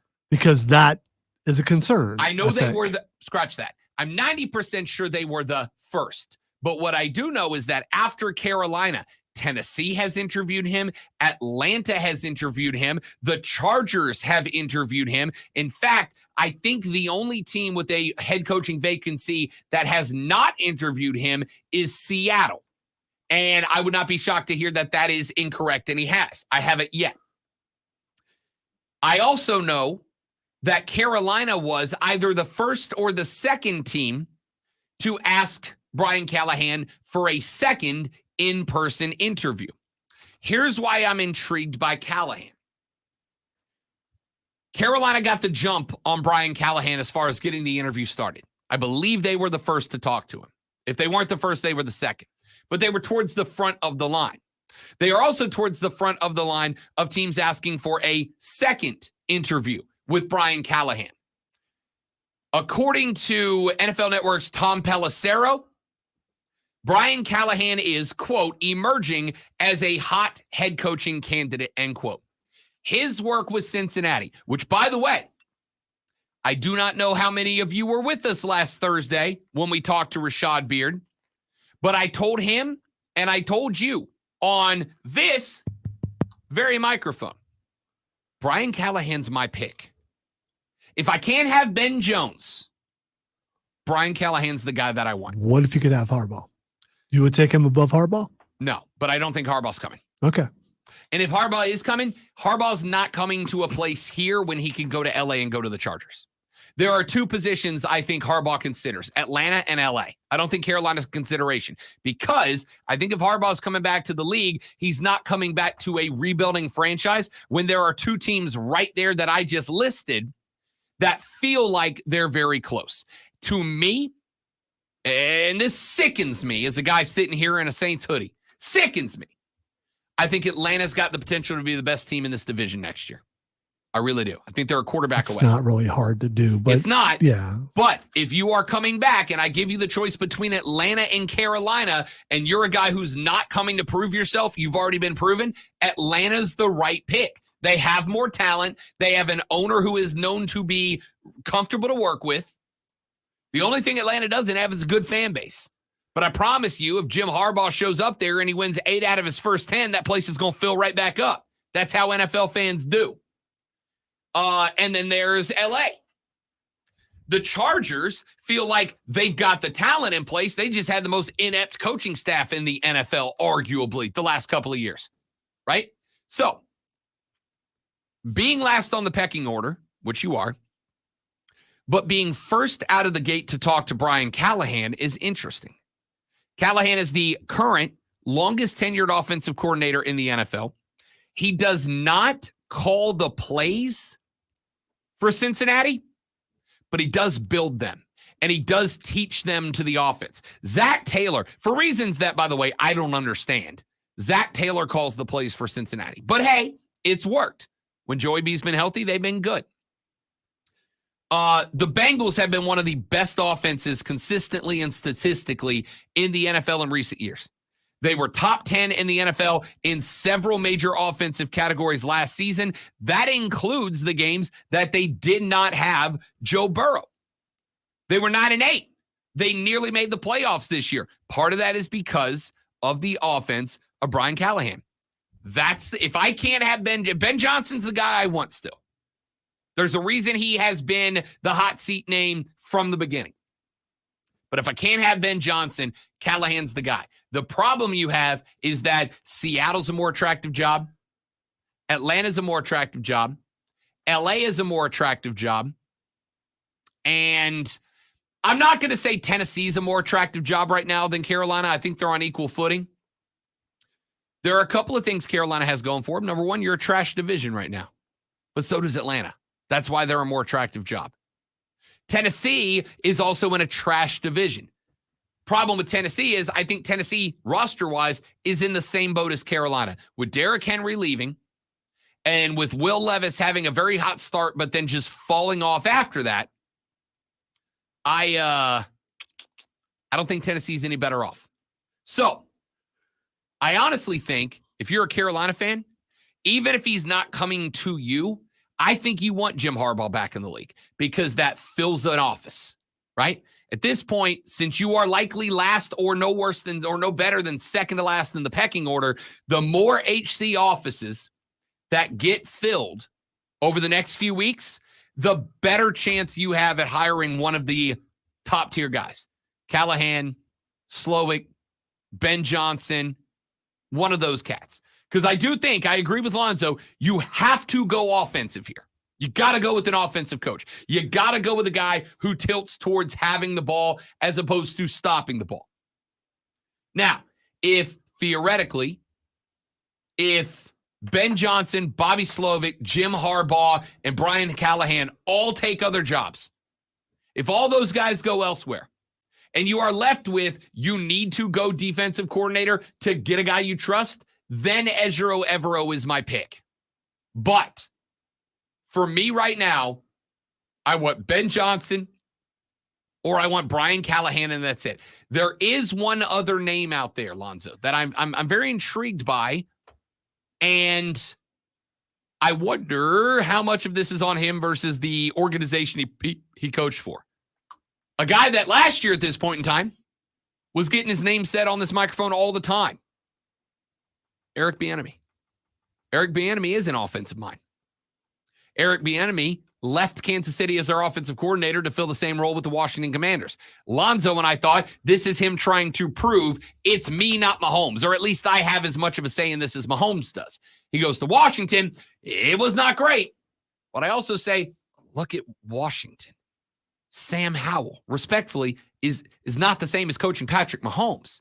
Could Eric Bieniemy, with Bryce Young, take the talent Bryce Young has and coach him in the right direction? That is also a name that's not getting said. So if you are Carolina, that might be a phone call, because if Ben Johnson and Bobby Slowick and Jim Harbaugh all end up in other spots, Bieniemy is an offensive mind that knows how to coach a young quarterback. We watched him do it in Kansas City. That worked real well. Let's take a break. We'll come back here in just a minute and wrap up the third hour of the show. It is the Rob Brown Show. It is the Fan Upstate.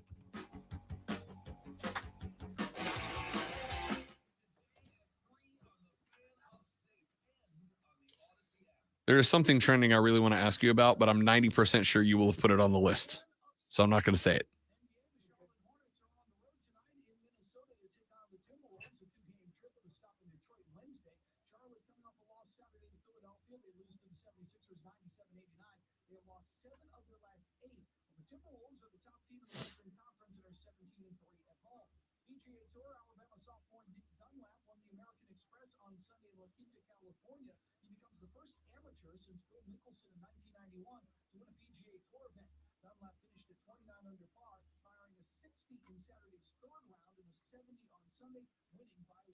P Digits, welcome in, buddy. Good to have you as always, man. Appreciate you coming by.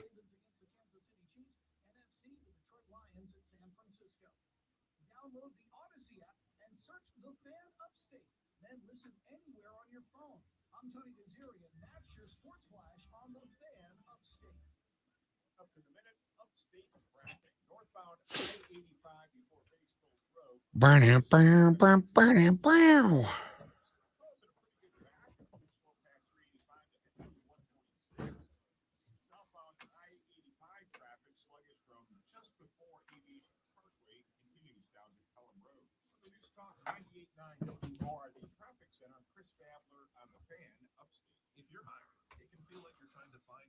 Oh, man.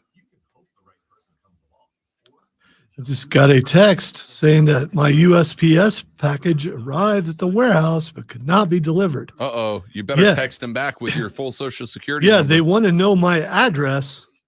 And this is from someone from a hotmail.com. Oh, yeah. It seems it's legit. I think that's it. I should text them back, legit. right? Yeah. Edit. Delete.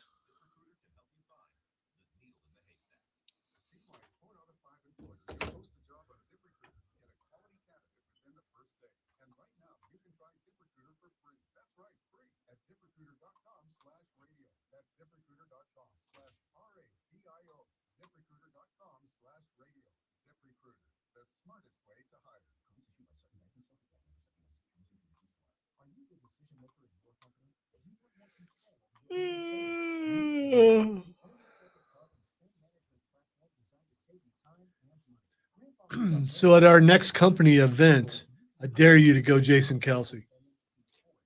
Tarps off, ripping shots on stage. Just screaming. I dare you. How would that have went over at the Chamber of Commerce meeting? Not great, Bob. I was definitely ripping brewskis, but not quite on Jason's level.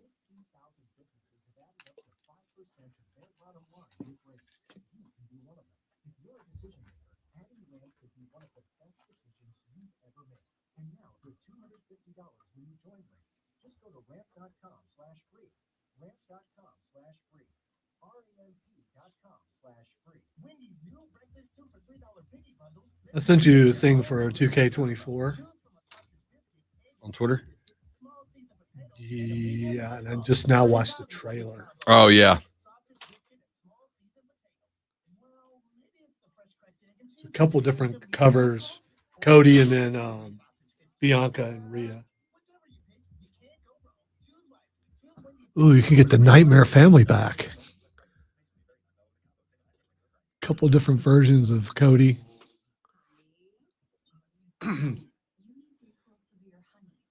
They announced over the weekend Ricky the Dragon Steamboat's coming too.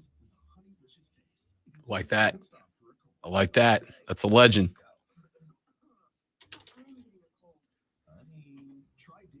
Something. I would just Cody ask him how heavy Rhodes. his lizard is, and I don't know how well that'd go. It was a Komodo dragon, I think, wasn't it? One of the WrestleManias, he came out carrying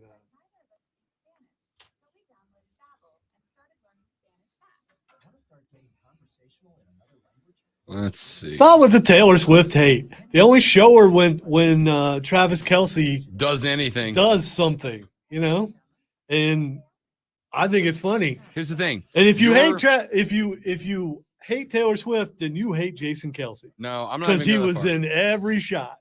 I'm not even going to go that far. I'm going to say you're not mad at Taylor Swift. You're mad at the TV networks. Yeah. It is not Taylor Swift's Yeah. fault that they show Taylor Swift. You know, we were talking about this. If Elvis were dating an NFL player and was in there, they would show Elvis. If Beyonce was, if Celine Dion, whoever's the biggest artist going on in the world right now, if they're in that booth, they're going to show them multiple times, especially if they're dating someone who's doing well, and he showed out.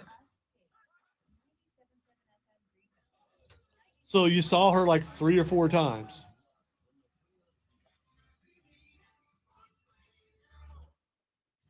What, as an artist? No, I don't think so.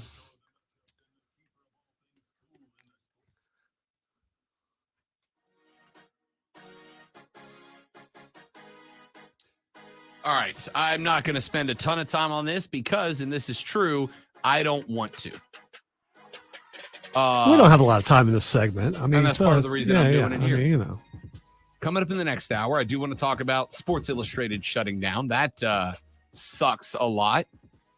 It was completely avoidable, but we'll talk about that. Let me say this. For all of you that were ripping last night because Taylor Swift kept popping up on your TVs. Yeah, Alex. You know who you are. Dudes, you're not mad at Taylor Swift, okay? You're not mad at Taylor Swift because I don't know if you know this, but while it may feel like she is, Taylor Swift is not in charge of everything. Taylor Swift doesn't go, hey Jim, go ahead and grab me on camera 3 now, please. She doesn't do that because she's not in control of the broadcast. If you are upset that Taylor Swift is getting her screen time, then you are actually mad at CBS or Fox or whoever happens to be doing that game. Or, stop Travis Kelce and you won't see her. There's also that. I will tell you that I laughed hysterically when Kelce took the first one in for a touchdown that, by the way, tied he and Patrick Mahomes with most touchdown connections between a quarterback and a tight end. They would then break that later on in the evening. But in the moment where Travis Kelce scored the first touchdown and he came up and he looked at the boxes and he did the heart hand sign, I lost my mind. I'm like, what a troll from Travis Kelce. That's perfect. He knows that if he throws up the heart hand at Tay-Tay, they're throwing the cameras right on her. I saw a thing on X where a lady tweeted that she's crying when Travis threw up the heart thing and her husband's crying when Jason tore his shirt off. And Oh yeah, started. yeah. You got a Let's- little bit of something for the entire family, Yeah. apparently. And let's call the opposite of that what it is. Yeah. I mean, I understand that it's happened at more games for Taylor Swift than Jason Kelsey, a dude that I 100% want to be bros with. But every time Travis did anything, they went to Jason. And if you are between Taylor hugging Brittany or Jason going tarps off, ripping brewskis in the crowd with the boys, or in the background when they're showing Taylor, he's Yeah. back there, shirt still off, Yeah. still drinking. if you are upset at either one of those people, you ought to be upset at Jason for going full tarps off. Now, I don't care because have at it, bro. You've earned it. All right. It's a football game. Let's have some damn Wait, fun. he's supposed to be sloppy looking. He's an NFL lineman, isn't he? Didn't there supposed to be belly everywhere and all that kind of stuff? Listen, my dude got voted like sexiest man alive or something last year. He was in for it, yeah. And on behalf of fat bearded Americans everywhere, Jason, So this is like a really huge deal. thank you. Thank you for doing that. Thank you for working to convince the women of America that fat bearded guys are the way to go, because we are. We're the best at everything. Fat bearded guys are the best at everything. You want a guy that can cook? Fat bearded guy. You want a guy that can cuddle? Fat bearded guy. You want a guy that can build stuff? Fat bearded guy. You want a guy to comfort you? Fat bearded guy. And there's other things on this list I'm not going to say, but fat bearded guys are the best at. So if you got tired of any one of those cats being on TV too much, it was not Tay-Tay, it was JK that was on TV too much. And as another fat bearded American, I need more Jason Kelsey. I hope he shows up to the AFC title game. I hope he shows up to the Super Bowl. I hope that Andy invites him to the Super Bowl parade, even though he's an Eagle. By the way, I hope you're right on both of those, because that means Kansas City went to the Super Bowl. So, I mean, If it takes Kansas City getting another one for me to get Jason Kelsey hammered at a Super Bowl parade in Kansas City, let's go. That dude, I don't say this phrase lightly. That dude is living not his best life, the best life. That's the best life. He's got a smoke show wife. He's an NFL Pro Bowler, an NFL Hall of Famer. The dude's got everything going for him. yeah, And a now, documentary. He's got a killer podcast that killer is taking podcast. off. Yeah, Jason Kelsey. he can also sing, which is, Yeah. I mean, yeah. As a fat American bearded man, Jason Kelsey is living the best life. So I don't need, oh, that's the wrong button. I meant to click that one. Shut up, whatever. I don't need Les Taylor. And Yeah, the other one, we haven't said anything funny for 3 hours, so you haven't had a chance to play that. So I don't need Les Taylor and Jason. I need more, because sports are fun. And those two cats are having the time of their lives, and I am loving it with them. a Chiefs fan loves when you see Taylor Swift, because that means Travis Kelsey just did something awesome. Keegan said Jason is fit fat too. That's fine. That's fine. I mean, he's an NFL player. He's got to be at least fit fat. Skinny fat, as we call it. All right? As another fat bearded American, Jason Kelsey, I've got your back. I do. Sports Flash. Wow. You're I tired didn't want of to call you a fat bearded American. Yeah, I didn't know how you you'd started take it. you started I didn't know to. how you were going to take it. Yeah, my beard is not worth talking about. The words wide right might be considered vulgar in vulgar in Buffalo, New York, with a chance to tie the Kansas City Chiefs and send the game into overtime. Bills kicker Tyler Bass missed a field goal that sealed a 27-24 Kansas City win, sending them to the AFC title game for the 6th year in a row. Patrick Mahomes went 17-23 for 215 yards and 2 touchdowns. Ryan Day picked up a big commitment this weekend as former Alabama 5-star quarterback Julian Sayans signed on with the Buckeyes. Tune in Wednesday night at 6:30 as the Furman men's basketball team takes on Sanford right here on your home for Paladins basketball and football. The Fan, Upstate.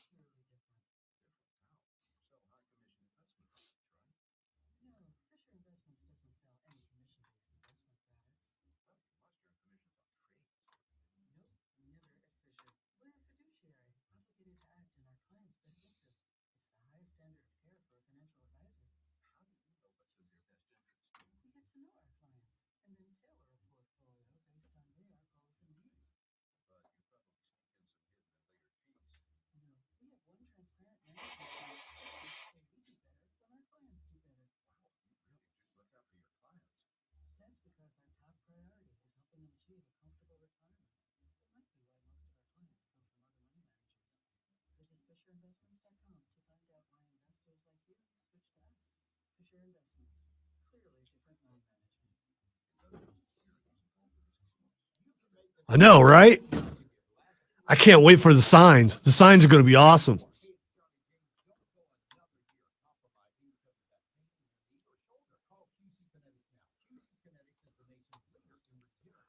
Of course, I don't know if he gets the Super Saiyan signs unless, he earns them. You don't just throw those out there willy-nilly.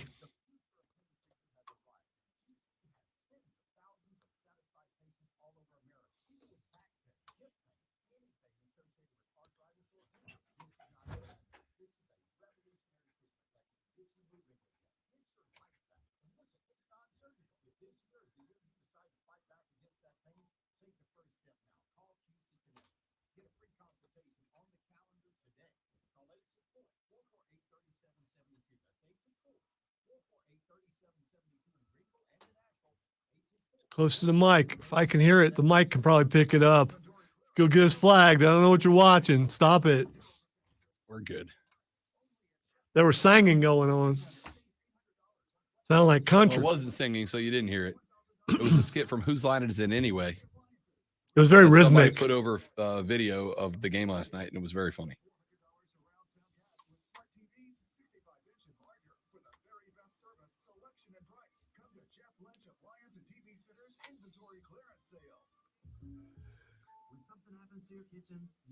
Yeah, that would be bad. No, well, no. Well, yeah. I mean, they would probably end up being on the opposite side, though, James. Broly would go to Michigan, probably.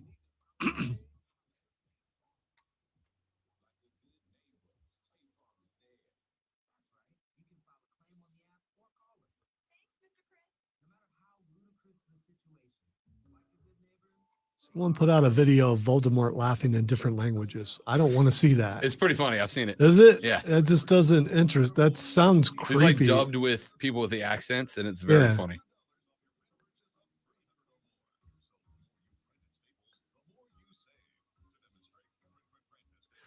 Isaiah Pacheco with his helmet off does not look like that guy.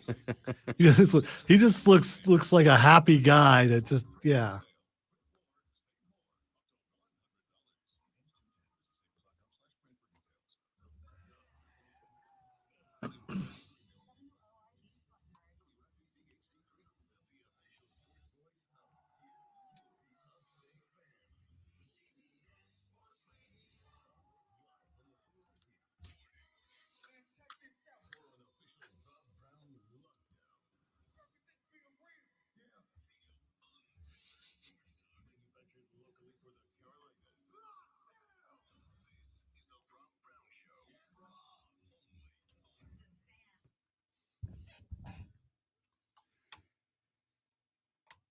The final hour of the Rob Brown radio program starts now. This Big Daddy, how you doing?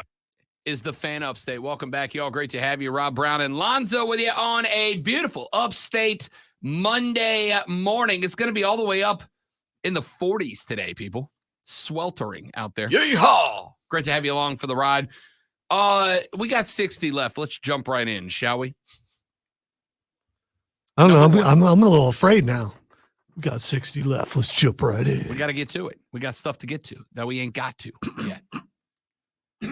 Wesley said Josh Allen last night and still lost. And not on Josh Allen. Not on Baker Mayfield. Not on CJ Stroud. A little bit on Jordan Love. Not all the way, but that was a pretty remarkably bad decision to end the game. Here's what I want to get to here. Sports Illustrated, S. Nomas, they sent out a notification on Friday to their entire staff that they were all going to be laid off. Now, I followed this story a lot this weekend, and there is kind of a reason for that. Apparently, there is a pretty heavy dispute going on between Sports Illustrated and the publication company that runs it over a lot of $1 million. And this is basically a combination of cost cutting / preparing to shut it all down because the publication owns the right to Sports Illustrated. And should the people running Sports Illustrated not come up with the millions of dollars owed, then the publisher would pull the rights to Sports Illustrated, and then either it would just be done or they would award it to another agency, and then they would have the rights to publish under the moniker Sports Illustrated. But I wanted to talk about this a little bit from the standpoint of Sports Illustrated. When I was a kid, Sports Illustrated was a huge deal. I mean, it was a huge deal. Now, you got to keep in mind, this was in the, I would say, coming of age point of ESPN. By the way, it was a big deal for me when I was a kid too. So probably even more so. For generations, right? And no, you weirdos, I'm not just talking about the swimsuit edition, okay? Sports Illustrated He's not getting rid of the swimsuit. Yeah, no, I'm not talking about it. Yeah, I mean, it's still in there. But Sports Illustrated, even when I was a kid, elementary school, Shalimar Elementary School, the Mighty Dolphins, I very much remember when a new episode of Sports Illustrated would drop. Multiple somebodies would bring it to school, and we would, during recess, flip through the pages of Sports Illustrated and talk about the Jordan Bulls or whatever. By the way, real quick, my very first subscription, Sports Illustrated, as a paper boy. Yeah. I when I got to high school, it was because every American red-blooded male did this. Lonzo, I had 2 subscriptions, Sports Illustrated and Maxim. Those were the 2. Wow, your mom and them let you. I don't know that they knew. I was going to say, that's I don't know that they knew. 2 different kinds of magazines. Correct. Sports Illustrated and Maxim. Those were the 2 I had. Those were the 2 that most of us had. And Sports Illustrated very much used to be. By the way, I don't think most of us had. I think you. No, I think most of us did. You're just very much in the group that would not. No, I didn't know anybody who had. But, I'm not sure it existed when I was a teenager. That's probably also true. Yeah. When I was a teenager, most of us had 2 subscriptions. We had Sports Illustrated. We had Maxim. Those were the 2 that I'll say most of my friends had. Sports Illustrated, when I was younger, was a big piece of the culture, man. And again, it would show up at the house, and you sat down to read it, to look through it. It had phenomenal features. 1995 for Maxim. So okay, so yeah, right I was not for me. Yeah, though. not for you, for me. Yeah. You would sit down at the table and you would thumb through the Sports Illustrated because it had incredible features. And at a point in time where social media wasn't a thing yet, Sports Illustrated was your access to the athletes away from the sports they played. It was your access to the people that made sports go. It was your access to coverage of sports that wasn't what ESPN showed, because at the time, ESPN actually showed sports, right? They actually dove into the sports. So if you wanted anything to do with sports away from the game, Sports Illustrated was it. And then Sports Illustrated ended up in a bit of a problem. Social media, okay? Social media started coming around. You started gaining access to athletes you never had before. And I'm talking about in the infancy. Like, have you seen the collection of old Travis Kelce tweets from when he was a Bearcat? They're hilarious. They're hysterical because they are the ramblings and musings of a 17-year-old kid who had gotten exposure he had never had before, but was still a 17-year-old kid uncoached in the way of branding, right? But when social media popped up and all of a sudden all of us had instant access to Kevin Durant's burner account, Sports Illustrated kind of took a hit, but it didn't need to go anywhere. And then it started to fall apart. It started to go elsewhere. That I don't blame on social media. I blame it on this relentless need to focus on the E instead of the S, right? Now, when I got into this gig, I was told by somebody who was a longtime vet, and it is something that I have heard throughout the years, and something that I do believe is true, that sports is about drama. Sports is about drama of people. Now, to me, there is drama in the game. There is drama in Josh Allen trying to overcome the Mahomes playoff curse with the ball down 3 inside of 2 minutes, knowing full and damn well that if he does not score, the game is over. There's no way Mahomes isn't winning this thing. Breaking down what happened in those moments is drama. Breaking down the future of the Buffalo Bills. I think the window is officially closed for this iteration of the Bills. Not Josh Allen, but this iteration of the Bills. The window's closed, right? There's drama in that. Imagine waking up today a Buffalo fan knowing this was it. If it did not happen this year, it is not happening the way the team is built right now. Imagine hearkening back, if you're old enough, when you heard Jim Nantz go, he missed it, it's wide right. Having Vietnam-style flashbacks to Scott Norwood in the early 90s. That's the drama. And there's drama in the game, but that is still the drama. This whole thing is about drama. Always has been. If you don't get your drama from plays and soap operas, you get it from sports. And so Sports Illustrated used to pull back the curtain and give you the human side, that is to say, the drama of sports, in an illustrated magazine that came to your house, and that was it. The last couple of years, the focus has gone away from the drama of the sport to just drama. One of the things that has always driven me nuts, and I know this almost sounds hypocritical in the face of the last segment that we did.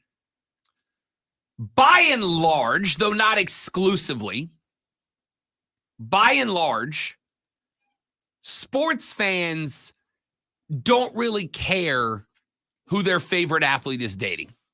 They don't.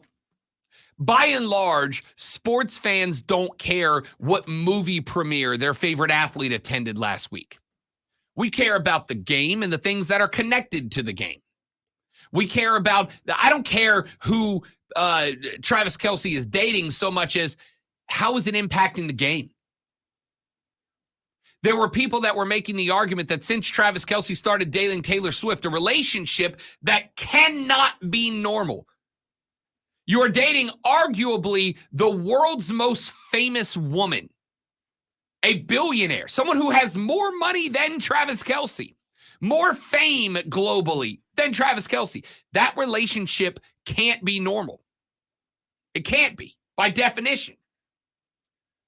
Does it have an impact on the game? Travis Kelce, for a handful of games there toward the end of the season, disappeared from the radar. This guy is supposed to be one of the top 2 pass-catching, game-influencing tight ends in the NFL, and he disappeared. And it is fair to speculate, because the speculation, to me, the speculation about the drama in his life is directly connected to Travis Kelce, the football player, on the football field playing football. And that's important. I think Sports Illustrated for a while there kind of started leaning on the drama away from the field, the celebrity side of it. And that's not what we ever wanted. And so what ended up happening was the sales of Sports Illustrated started to teeter, started to go down. And then a handful of weeks ago, Sports Illustrated made a catastrophic decision. I remember it because Lonzo and I talked about it. Sports Illustrated decided to have some articles cranked out by AI. They had AI write articles for them. And you will keep in mind, the way that AI works is this. It is not a thinking mind. It is a glorified search engine. It just has the ability to search the entire internet and then phrase it, right?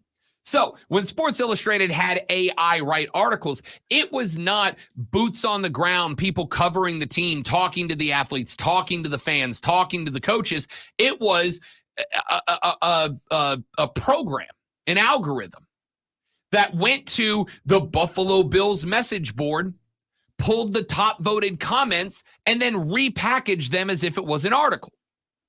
And they were bad. And then somebody went and found the code, did the research, recognized that Sports Illustrated was having AI write articles, and then they were attaching real names to them as if they were real people and AI generated headshots. And somebody went, wait a minute, Sports Illustrated, what are we doing here? We want people covering the team. We want people boots on the ground. We want people on the plane, on the bus, in the locker room, talking to the athletes. Hey, what happened here, Jason Kelsey? Why did your team melt? Not repackaging a bunch of nobodies on the internet into an article. That's not what we want. But that's what they did. And then once they did that, once they went in that direction, the sales went down further. And instead of the folks at the top going, maybe we should take less money and filter it back down into the magazine so that we can continue to produce the content we've been producing for decades that has been successful. No, let's get rid of everybody who is not, us.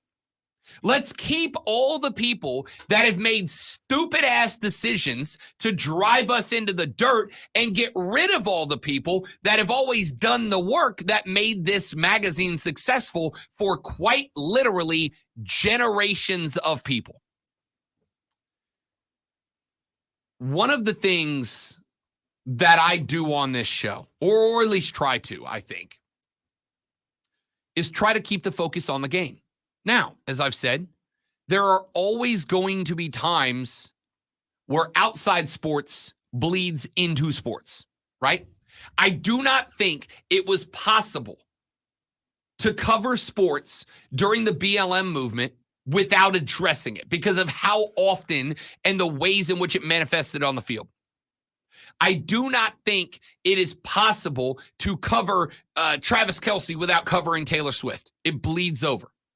I do not think it is possible to cover sports without occasionally having a minor amount of bleed over from the world of politics because of how often those two arenas clash with each other. But I try to keep the focus on sports.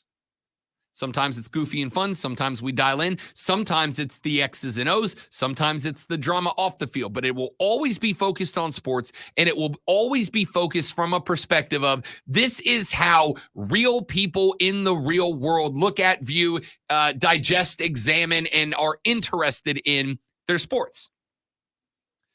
You got people at Sports Illustrated who got to a point where they decided that they needed to keep their money, that they needed to keep the cash flow into the top, and they stopped discussing sports. And it's frankly a damn shame. It's a shame. It is terrible that a magazine that for my generation, for Lonzo's generation, for my dad's generation, this magazine was a benchmark. It came out once a month or bi-weekly or whatever it was. And whenever it dropped, you went to the gas station to buy a copy, or you went to the mall to buy a copy, or you were one of the lucky ones who got it delivered to your house and you stopped everything to read through it. And then we got to the point that people decided, no, that's not what they want. What they want is the celebrity side of sports. No, we don't. I'm not saying it's not a part of it. It is. Travis and Taylor is a story that impacted football there for a little while. When guys are out being a celebrity, but their team has lost 9 out of the last 10, we as fans are 100% going to look at that and go, is it because of this? And now it's part of the conversation. But when it got to the point that this magazine quit being a sports magazine and started being people, but with occasionally football, it lost its way. And then when you had people at the top who said, no, we can't do this. This is, and the reason I'm spending so much time on Sports Illustrated is aside from the fact that, yes, I am a little sad. I am a little sad to see the death, at least of its current iteration, the death of a magazine that my dad had come to his house, that I had come to my house, that I still occasionally would pick up in line at the grocery store and flip through. But that became less and less interesting to me. The reason I bring this up is because all our outlets are leaning this way. This is the frustration I have when I tune in and I see 82-year-old man throwing jerseys in trash cans, and that's the best content you're giving us. Talk to us about the game, dude. Talk to us about the game. This is why I get frustrated when I tune in and I always see old coach and old player yelling at each other about stuff that's not football. Give us the game, man. Give us the game. I understand that it is a money-making venture, as everything is. That's the society we've elected to build. I get it. But it is sad to me to see an illustrated. Zoe, I don't know if you know this or if you can find this real quick. When was the first Sports Illustrated issue dropped? I got to imagine it was in the early 70s? I would ballpark. I don't know. It's a guess. But I'd guess it's somewhere in the early 70s. And if that's the case, you're looking neighborhood 50 years. You're according to Wikipedia, which could be true. It's first published in August 1954. Okay, 54. Now, I'm not good at math. But 54 to 04 is 50 years and then 20 more to get here. You are looking at a magazine 70 years in existence.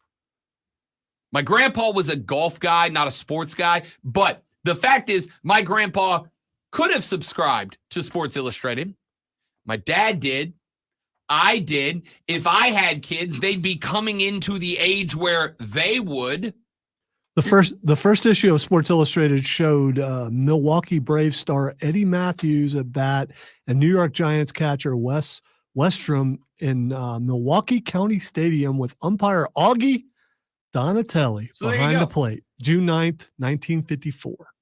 So you are looking at, as of this year, again, bad at math, but I believe that to be 70 years. That is technically 4 generations of sports fans that could have subscribed to this, and it goes off the rails because they decided that people want drama, not sports. No, we don't. We want drama in the sports. They decided I'm that surprised. the people at the top who made the decisions that drove this magazine into the ground, their Christmas bonus, their margin was more important than we as sports fans getting the sports coverage we have always wanted out of this magazine. I am shocked that it's still existed as long as it did because of how many print mediums have gone bye-bye. I mean,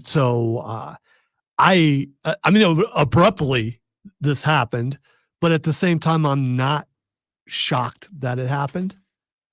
I mean, listen, I would not. And it is, as you pointed out earlier, is the internet's fault. If you would have told me, and it could have worked, if you would have told me that the news last Friday was Sports Illustrated has elected to move to a strictly digital medium, right? Or Sports Illustrated is moving to a digital medium, you can still receive the magazine if you want, but the price is going to increase to get a hard copy. Or Sports Illustrated to stop delivery will only be sold in retail stores and be digital exclusive. I would have gone, yeah, that checks out. That makes sense. What if I told you that Sports Illustrated has gone to only swimsuit editions? Honestly, not shocked. Yeah, disappointed, which is but not shocked. Was still their Probably highest what's gonna selling. Right. Yeah. So part of the reason that the folks who own the licenses right now to Sports Illustrated would absolutely hand them over to somebody else is to keep that episode on the store shelves every year. But pushing that to the side. If you'd have told me this is going digital only, I would have been completely unsurprised because that makes sense in 2024. It's part of the game. It is disappointing to me that a magazine that my grandpa, my dad, me, and my kids all could have our own subscriptions to over was it 70 years now? Over 70 years is going away because they decided, no. What people really want is the celebrity side of sports, not the sports side of sports.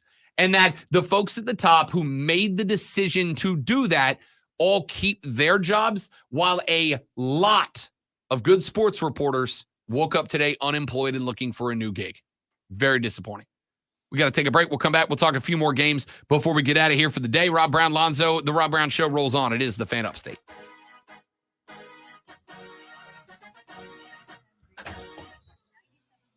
Yes, the Sears Kmart method. Sporting News was great. In fact, P. Digits, when I got into radio, the network I worked for down in Florida was initially syndicated by or carried the syndication of Sporting News Radio. And I thought Sporting News Radio had maybe the best radio lineup that I have ever heard. And then Yahoo Sports bought them, or at least bought the radio side of it. And they were pretty good. Like they upheld the standard.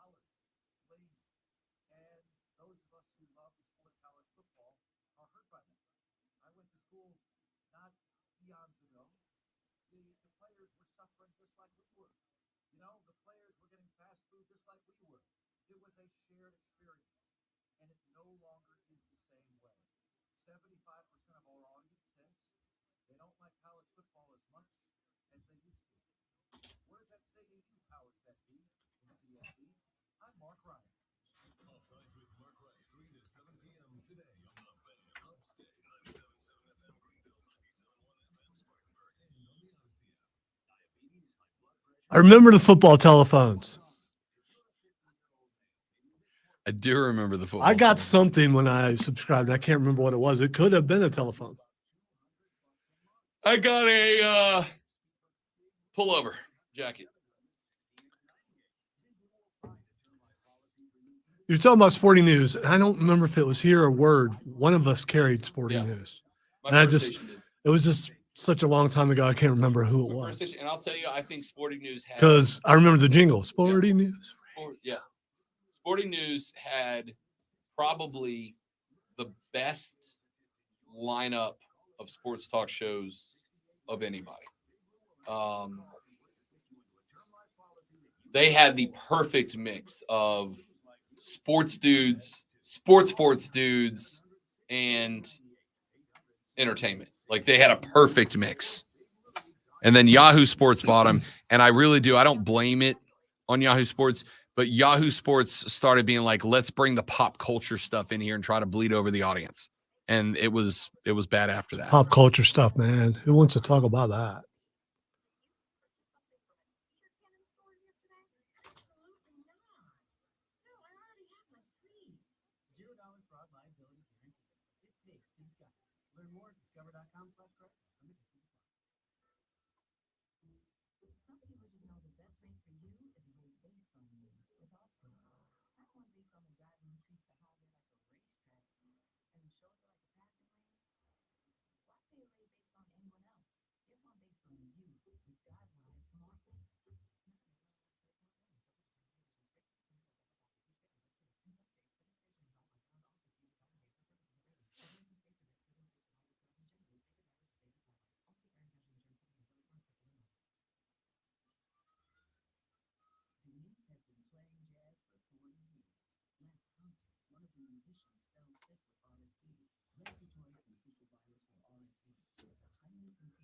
Yeah, I remember that too. The NFL blooper thing. Or like the hardest hits, things that could not be done in today's football.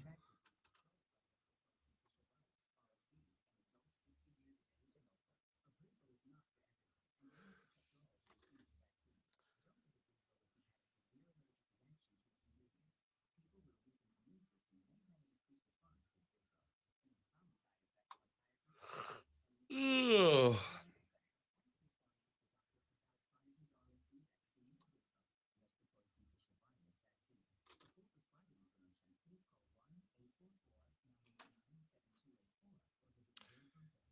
On the Ohio State message board, quote, watching Chiefs-Bills game and they can't stop showing Taylor Swift and they're celebrating, and then they show Jason Kelsey naked from the waist up drinking beer, period, in the box, period.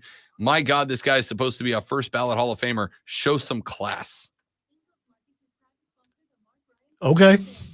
Dude, You just relax, bro. I'm glad you pointed out it was the Ohio State message board. Am I supposed to be offended that someone thought that? No, I was just telling you where it came from. Okay, all right. Very interesting. That was just informational. It was not a jab. Tell your Buckeye people to calm down. Yeah, okay. That's what I'm saying. Yeah, I was waiting. Tell them calm down.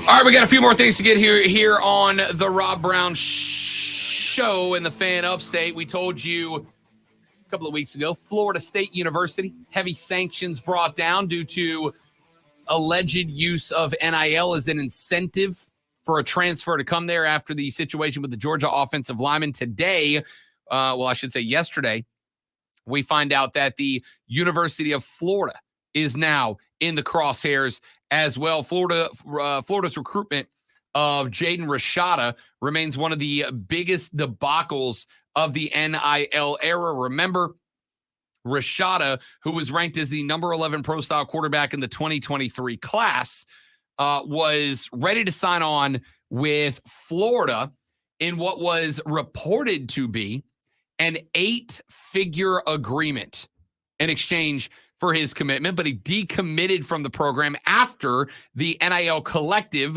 allegedly walked back the offer. He asked for a waiver. He was granted a release and ended up signing with Arizona State, where his dad played.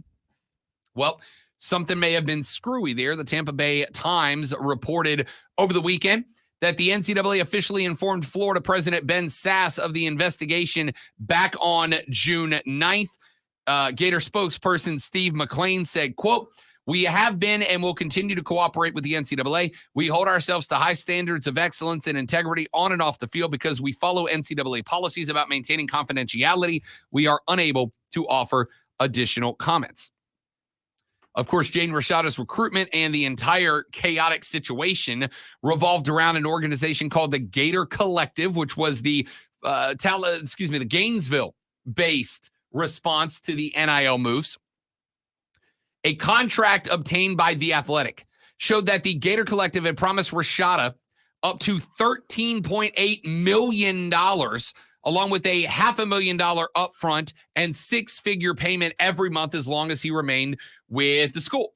The deal would have paid Rashada more than most NFL rookies make, requiring the player to fulfill some minor obligations, including autograph signings and social media posts. However, the collective missed the first payment after Rashada signed his letter of intent and pulled out of the deal in January of last year. Rashada was supposed to enroll early, but after that payment was missed, reopened his recruitment. We do not yet know what it is that the investigation is into, what allegations, if any, there might be out there that Florida is directly being investigated for, but this one seems like it might end up being a big deal as well. Florida State has already been slapped down. Now it looks like the University of Florida may join them as well. Very interesting. So we'll keep an eye on that one. Love this story. We told you this one back last Friday. Rodney Terry is the head coach of the University of Texas. Rodney Terry was very upset because his Texas Longhorns were playing the UCF Golden Knights, and they lost. And wouldn't you know it, after losing 77-71 at home to UCF, some of the UCF players, Lonzo, they did the unthinkable, an act of vulgarity, an act of obscenity so deep that George Carlin himself blushed. They had the audacity. They had the bad taste. They had the lewdness to stand in the middle of the Texas court, Lonzo. I'm hesitant to do this on the stream because I certainly don't want to risk drawing some sort of FCC warning because there may be children in the audience, but I'm going to do it anyway because as a reporter, it's my job. Lonzo, they had the Stones, the Rocks to give them a horns down. Now stop, Lonzo. You're not supposed to do that in public. That's egregious. The First Amendment does not cover horns down. It's that vulgar. By the way, I was doing Wolfpack down. So, I mean, you know. He went on a rant. Can't prove I wasn't. He went on a rant. He said, quote, about 6 or 7 guys putting the horns down. We don't do that because when you do those kinds of things, it looks very classless. That was in the midst of a about a minute and a half rant that came, by the way, over half an hour after the game was over. 30 minutes later, my dude was still mad about it. Now, I realize what's actually happening here is that they lost to a team they had no business losing to, and he had to find something so that reporters would stop going, hey, dude, you're supposed to be good. You lost to the Golden Knights of UCF. How'd that go? How'd that happen? Instead, he went on a long rant about the horns going down. Well, he has apologized, Lonzo. He has apologized. He said he's very sorry that he called UCF Knights players, and I quote, classless, end quote. They're classless, Lonzo. They had the audacity to make a fist, to put 2 fingers out, and then turn it upside down. Absolutely disgusting. Horrendous. They should be horrified. Their parents should be ashamed. The school should yank their scholarships for that. Words mean things, Rob, and that's just proof.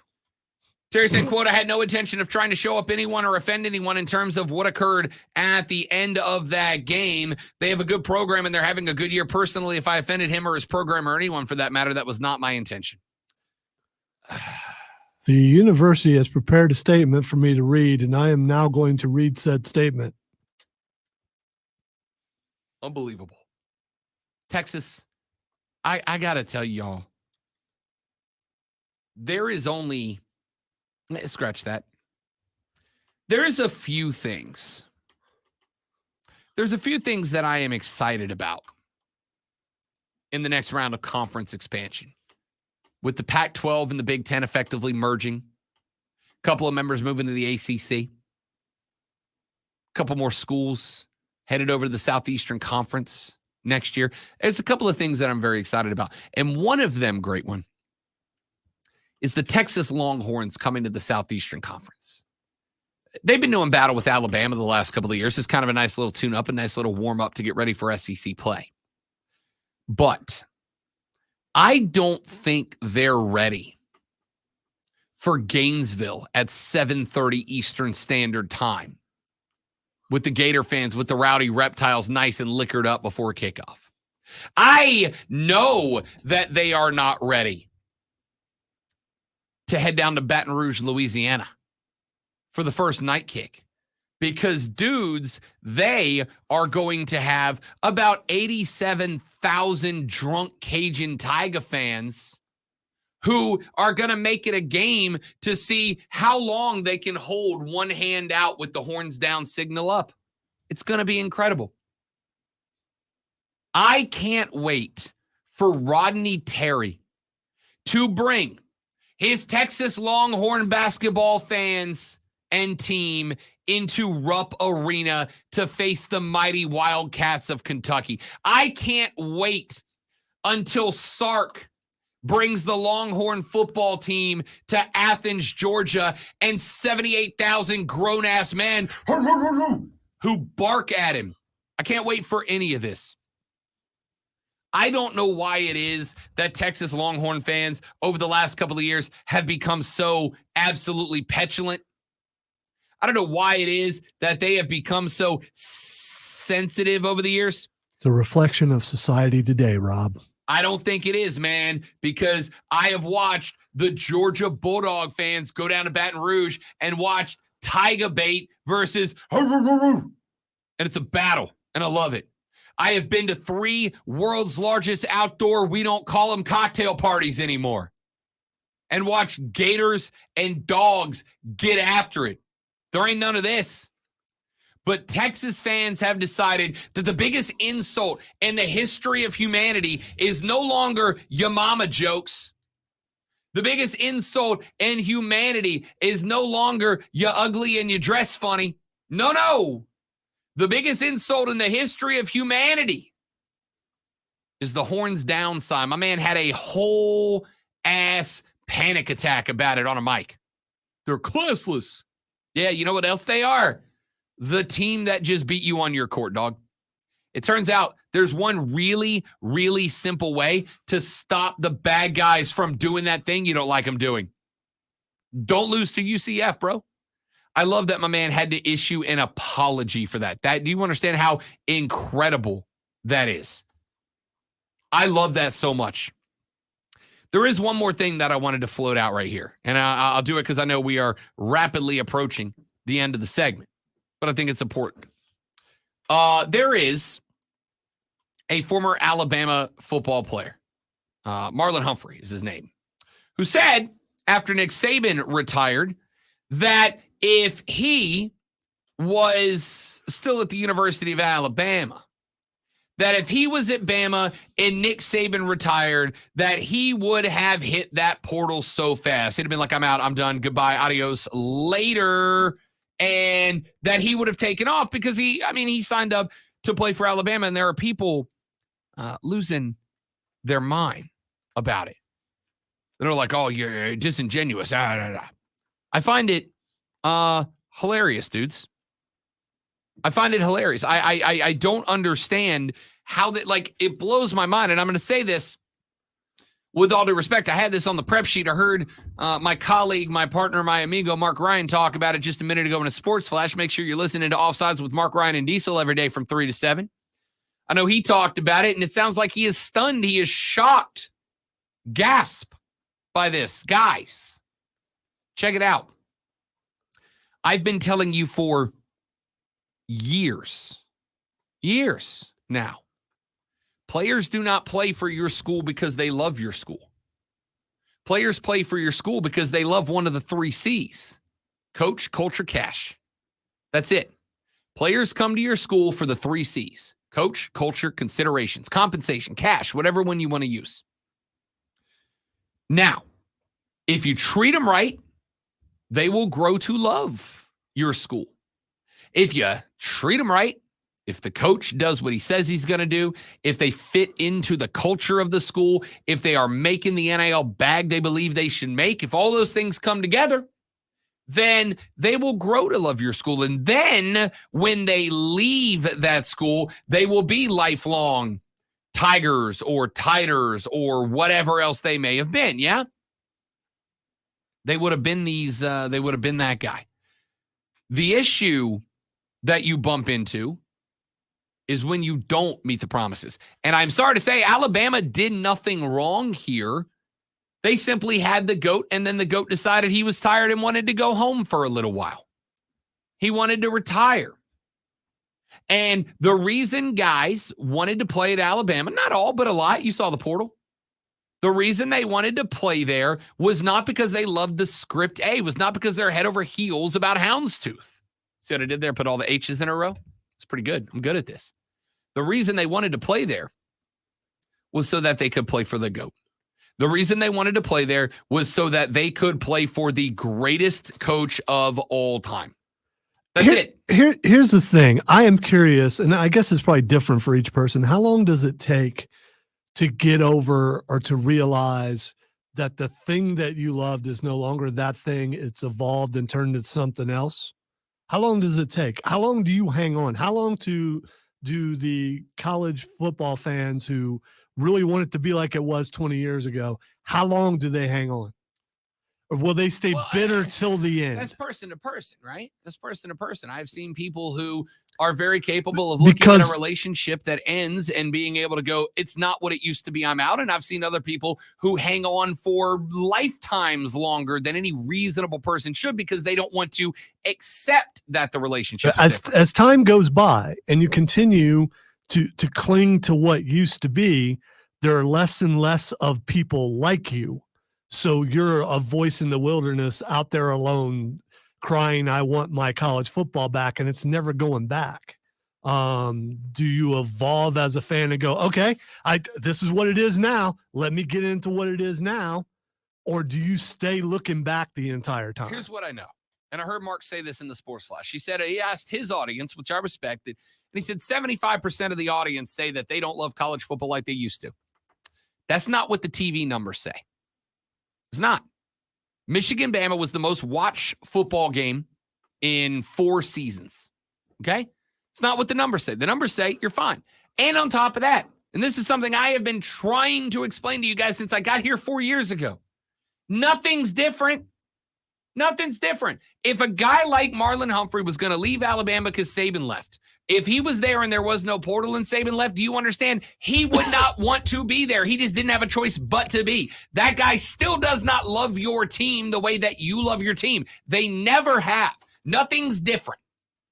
The guys that don't want to be there, they didn't want to be there back then. They just didn't have a choice. What you were saying is football was better when guys who did not want to be at my school were obligated to stay. Is it really better? Is it? Back after this to wrap up the Rob Brown Show in the Fan Upstate.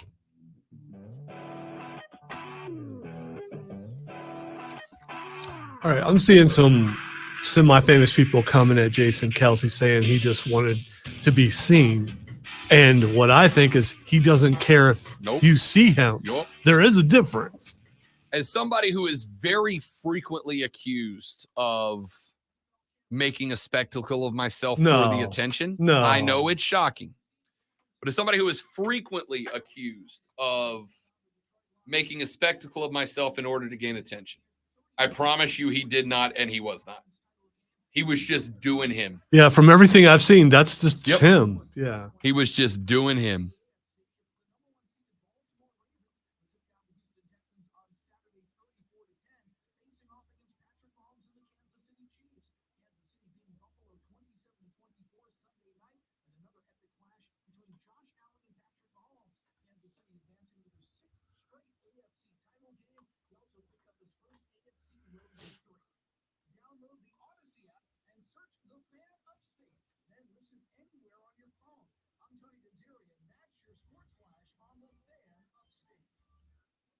So according to IGN, Power World moved 5 million copies in just 3 days.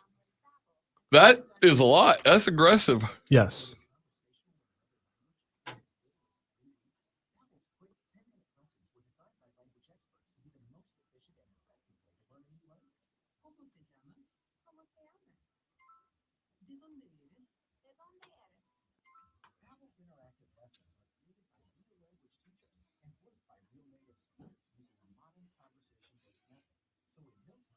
And even though we've talked about it several times, it is trending, but I haven't told you for another reason why it's trending. Talking about Power World. Oh. Not talking about the thing that you really want to talk about. That's probably not on my list. So we'll see.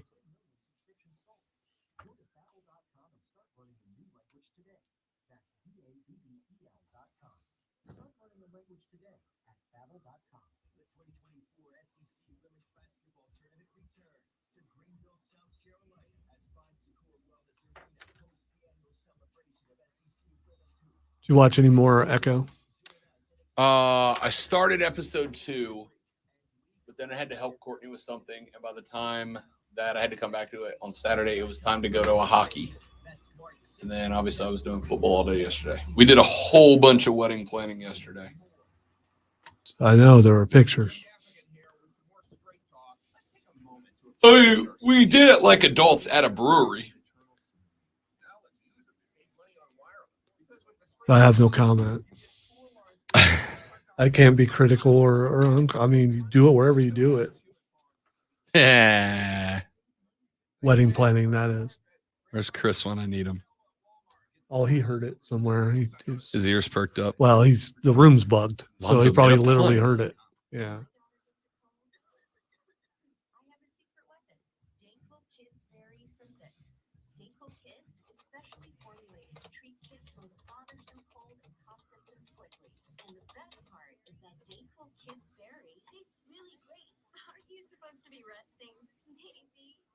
Cool Kids Berry. The kids' very delicious daytime congestion, coffee, and stuffy head, stuffy nose, just for kids. Medicine. Safe for kids 6 years plus. Jackson Hewitt has a plan to get your tax refund fast with a buck here, buck there, here, buck there, buck everywhere, buck. You don't have to wait weeks for your tax refund. Get money sooner with a no-fee refund advance loan at Jackson Hewitt. On this loan, there's a money today guarantee. E-I-E-I-O. Don't settle for chicken feed. Get fast bucks at Jackson Hewitt today. No-fee refund advance loans by Republic Bank offered to eligible clients. Money today guarantee if approved for a loan on prepaid card. Details at jacksonhewitt.com. From the Ingalls Market Studio, the Fan. Upstate, 97.7 FM Greenville, 97.1 FM Spartanburg. I changed my mind. I wasn't going to go right into it, but it's just so close. I might as well just go right into it.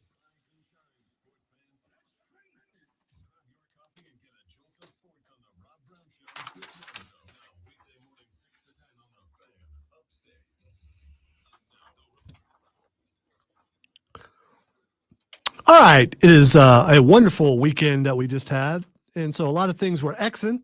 Yo. And I'm going to ask Rob what's Xing. He's going to tell us why.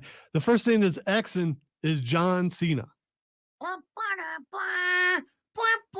don't know. I saw him in a commercial with Gronk this week. Which is why I think he's that's why I think he's which is great. Here's what I because were you expecting it to be Cena sitting over there? I thought that was pretty funny. Here's what I did see this weekend. Apparently there is. I don't know what it is. One of you may be able to enlighten me so I can watch it. But I saw a scene from a movie where John Cena is acting as the spotter. Nope. Oh, not Argyle. Nope. Okay.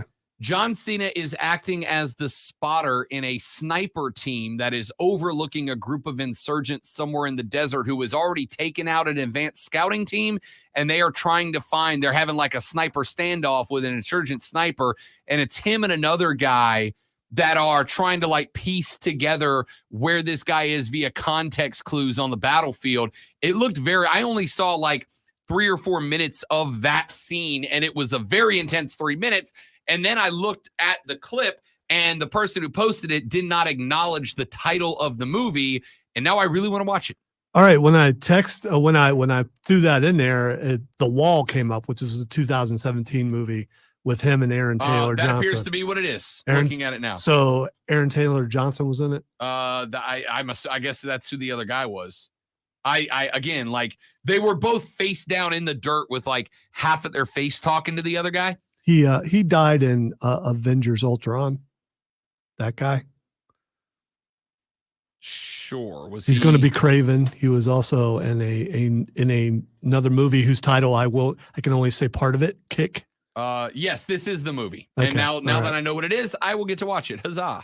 And so it's been out for a while. So apparently about 7 years now. So I don't think that. So I think it's because of the commercial, which I hope John Cena shows up and throws up all over Rob Gronkowski and he missed the kick. That's what I hope. Hits him with an AA. Wouldn't that be great? Gronk can take it. He wrestled for a little while. They're just setting up the WrestleMania match, and I'm here for it. Why not? All right. The next thing that's Xing is DeMar Hamlin. So DeMar Hamlin, for those of you who were not paying attention, and people are afraid to say anything bad about, Well, so here's the context. The context is this: the Buffalo Bills last night had a 4th and 9, 10, somewhere in that ballpark, and the Kansas City Chiefs only had 10 guys on the field on their punt return team, and so there was an audible called. And the common thought right now is that it was made by the punt team. Hey, we got them by 2 guys. We got 11. They got 9 because they got a punt returner back and only 10 on the field. And they ran the fake punt. Well, DeMar Hamlin was the one who took it. And the belief is that DeMar Hamlin was the one who audibled into the fake punt there. And obviously, not only did he not get it, but they came up woefully short because of it. And when they did, as Lonzo has pointed out multiple times during the show today, it absolutely and entirely changed the complexion of the game. It's not to say that Buffalo was on their way to a win, but you felt a lot more comfortable in them until they did that turnover on downs, as opposed to pinning Kansas City deep in their own territory and just asking for one more stop. All right. The next thing is Xing is Pow World. So this game dropped. It is being described as Pokemon with guns. I saw Lonzo playing it on, I think, very late Saturday night. And I was like, I'll try it. Why Yeah, not? I was playing until like 1:30. So I mean, yeah. I gave it a run. I'm not big on crafting in games. All right. Any game where I got to take time out of hitting things with swords or shooting them with guns to build a workbench and then use the workbench to build a bed and build a door. I don't want to do that. I want to play the game. If I wanted to do interior design, I'd be an interior designer. I want to fly a rocket ship and shoot other rocket ships and steal their stuff and then come back. And that's all I want to do. I just want to point out this from a guy who played Power Washer for a really long time. That's different. Is it? Okay. Yes, because the game is Power Washing. Okay. All right. Well, they didn't say, you know what you need to do? Collect 9 gears to build this new upgrade to then no, they just said, you want to buy the new Power Washer? Then do this job and earn the money to do it, you bum. And that's what I did. All right. Like a grown-ass man. The reason why it's Xing is the makers of the game have had their lives threatened by Pokemon fans. Oh, I believe it. They're actually threatening to kill them. Without a doubt, it's a ripoff. Not even kind of. It is a direct It's ripoff. Pokemon meets Animal Crossing, and they put guns. Call of Duty. Yeah, and they put guns in there. It's yeah, wild. that's what it is. That's going to do it for us, ladies and gentlemen. Thanks for hanging out to the Monday edition. Tomorrow on the show, we'll talk about more sports. And then like Sports Illustrated on Thursday, it is the swimsuit edition. Y'all have a lovely rest of your day. We'll see you back here tomorrow to do it all over again, but better for Lonzo. I'm Rob. Have a great one. Don't drink and drive. I'll punch you in the face. See you back here tomorrow on the Rob Brown Show and the Fan Upstate later. Yeah! So the nerds, the Pokemon nerds, are actually out there. I haven't even had a chance to talk to Matthew about this. I bet he's really angry. Pokemon guy? Yeah, well, yeah. So at least he is. I bet he won't play it. It's not really Pokemon.